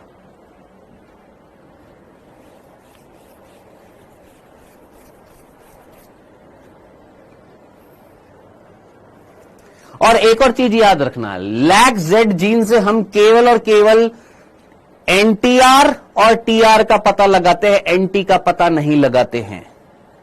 क्या बोला मैंने?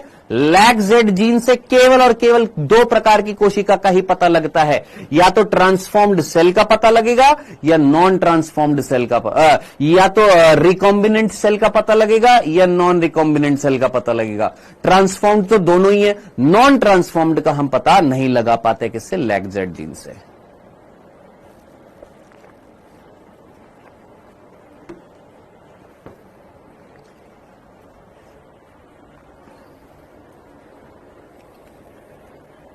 अगर सर व्हाइट कलर दिया तो दो कंडीशन हो सकती हैं। पहली, रिकॉम्बिनेंट डीएनए बना, ट्रांसफर ही नहीं हुआ। रिकॉम्बिनेंट डीएनए बना, ट्रांसफॉर्म्ड नहीं हुआ। बात तो वही हो गई ना, नॉन ट्रांसफॉर्म्ड कहला देगा वो। हाँ, ऐसे बोल सकते हैं सिद्धू जी कि दो कंडीशंस पता लग सकती है, या तो ट्रांसफॉर्म्ड हुआ ही नहीं, और अगर हुआ तो नॉन रिकॉम्बिनेंट था।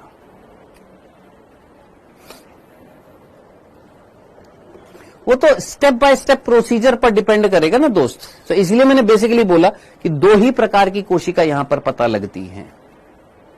अब ऐसे तो मैं ये वाला भी बोल देता सिद्धू जी, मान लो ये वाली भी ना जाती, फिर इस कंडीशन में भी फिर दो कंडीशन हो जाती। तो सिंपल तरीके से याद रख, तेरी एनसीईआरटी में यहां पर एक वर्ड लिखा हुआ है, जरा फोकस के साथ में सुनना।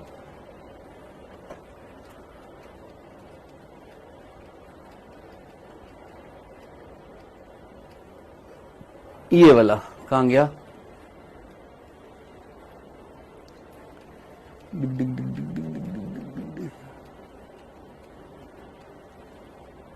ये रहा। रूपांतरित कोशिका का पता लगाना है, चयन करना है, तो दो तरीके से होता है। एनसीईआरटी में बता रखा है, एंटीबायोटिक प्रतिरोधक जीन के द्वारा हम चयन कर सकते हैं, या लैक जेड जीन व एक एंटीबायोटिक प्रतिरोधक जीन के चयन से पता लगा सकते हैं। लैक जेड जीन का भी इस्तेमाल कर सकते हैं और एंटीबायोटिक प्रतिरोधक जीन का भी इस्तेमाल कर सकते हैं। विशाल कुशवाहा को समझ नहीं आया? कोई बात नहीं बेटा, अगले साल समझना तुम, ठीक है? सभी को आ गया, तेरे को नहीं आ रहा है भाई। हाँ जी, तो ये वाला जो था एंटीबायोटिक रेजिस्टेंस जीन वाला सारा कंसेप्ट यहां पर बता रखा है, जो मैंने आपको आज समझाया है। और ये वर्ड आपको मिलेगा आपकी एनसीईआरटी में, निवेशी निष्क्रियण। जरा इस वर्ड पर फोकस करना। सर GAATTC प्लाज्मिड पर मिलेगा क्या? नहीं बेटा, चंद्रमा पर मिलेगा पीसीएस मनीष। यार बिल्कुल मतलब बेटा कुछ तो इस्तेमाल करो ना, ऐसा थोड़ा ना बिल्कुल ही मंद बुद्धि की तरह बातें करोगे यार। सर GAATTC प्लाज्मिड पर मिलेगा क्या? हाँ बेटा मिलेगा, दिखाऊं? ये देख, ये देख, तेरी एनसीईआरटी में लिखा हुआ है, ये तेरी एनसीईआरटी में एक डायग्राम लिया हुआ है। ये कौन है? एक प्लाज्मिड है जिसका नाम है PBr 322। और इस PBr 322 में ये जगह देख, क्या लिखा हुआ? Eco R1। इको R1 इस जगह पर काटता है। अगर इस जगह पर काट रहा है तो यहां पर GAATTC क्या मिलेगा? अनुक्रम मिलेगा। ठीक,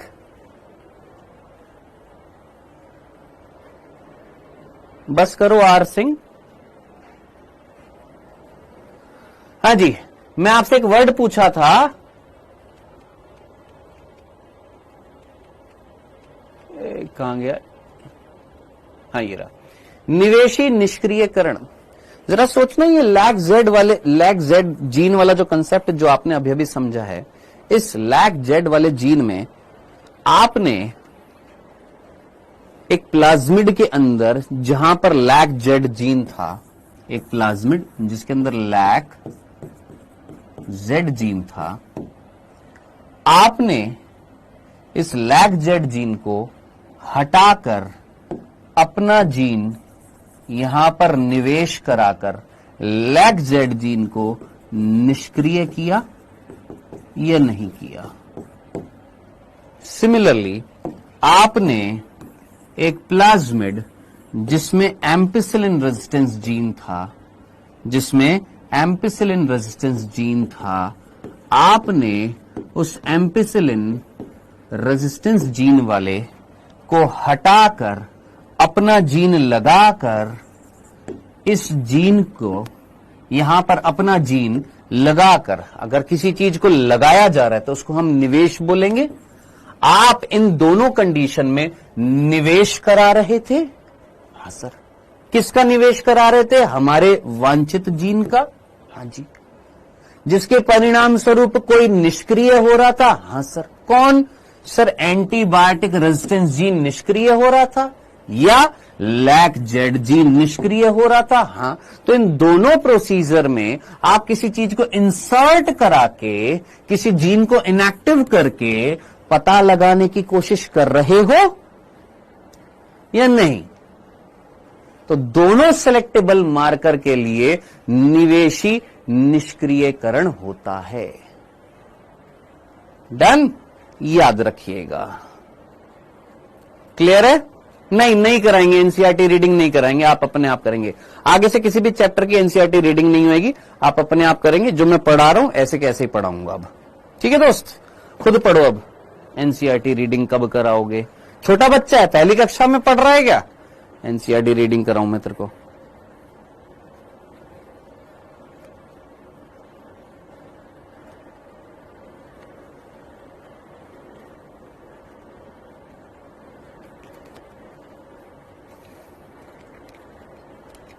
चलो कल मिलते हैं, इसके आगे का टॉपिक पढ़ेंगे। क्वेश्चन भी मैं कराऊं, रीडिंग भी मैं कराऊं, पढ़ाऊं भी मैं, पेपर भी मैं ही दे आता हूं तुम्हारी जगह। फिर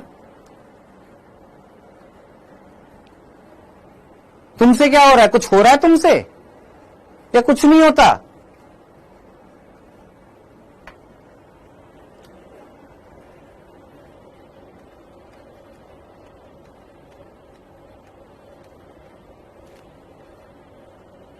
हाँ जी, क्या पूछ रहे हो?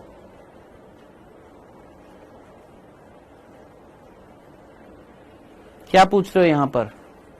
निवेशी निष्क्रियण संवाहक के वर्ण योग्य चिन्हक जीन का बाहरी डीएनए के निवेशन से समाप्त हो जाना निवेशी निष्क्रियण कहलाता है। सोचो, एक संवाहक था, ये दोनों संवाहक थे, PUC 18, और ये वाला जो था हमारा प्लाज्मिड था, वाहक था।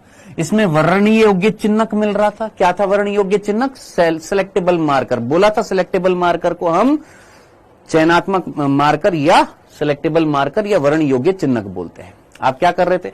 एक वाहक के सेलेक्टेबल मार्कर जीन जो था, उस जीन को आप बाहरी डीएनए के निवेश कराने से उस जीन को समाप्त कर रहे थे। वो जीन बाहरी डीएनए के निवेश करने से समाप्त हो रहा था। इसी प्रक्रिया को क्या बोला? निवेशी निष्क्रियकरण। ओके पुष्पेंद्र, ठीक है बेटा, ध्यान रखो अपना। चलो जी, वापस से पढ़ना विशाल कुशवाहा, आज वापस से रिपीट करना। मिलते कल। और इस चैप्टर में हमने अभी क्या बच रहा है वो और बता देता हूं। इस चैप्टर में हमारा ये था हमारा सेलेक्टेबल मार्कर। सेलेक्टेबल मार्कर मैंने आपको बता दिया है। अब इसके बाद सेलेक्टेबल मार्कर के बाद क्लोनिंग स्थल होएगा, सिंपल सा है। फिर प्लाज्मिड के एग्जाम्पल, ये प्लाज्मिड PBR 322, इसको फटाफट कल कवर करेंगे। और फिर वायरस भी क्या होते हैं, वायरस भी क्या होते हैं, संवाहक के उदाहरण होते हैं। फिर पैसेंजर RNA यानी यात्री डीएनए, फॉरेन डीएनए, विजातीय डीएनए, बाहरी डीएनए जिसकी हमें कॉपी बनानी है वो लिखा हुआ है। परपोषी कोशिका जिसके अंदर हम डालेंगे वो लिखा हुआ है। फिर हम लास्ट टॉपिक होएगा इस चैप्टर का जो है सबसे बड़ा, पुनर्योगी डीएनए प्रौद्योगिकी की प्रक्रिया। अभी तक तो हमने जस्ट ये सुना, अभी हम तो जस्ट साधनों की बात कर रहे थे। जब साधन खत्म हो जाएंगे तो प्रक्रिया चालू करेंगे। हाँ जी सर, कल YouTube पे क्वेश्चंस की प्रैक्टिस कराएंगे। हाँ बेटा, मानव कल्याण में सूक्ष्म जीव जो चैप्टर है उसके क्वेश्चंस की प्रैक्टिस, ठीक। सर एनसीईआरटी में बता दो कहां तक रीडिंग करके आना है। पुनर्योजी डीएनए प्रौद्योगिकी के जो प्रक्रम है उससे पहले तक। किस टाइम पर होती है सर क्लास? 12 बजे होती है बेटा क्लास।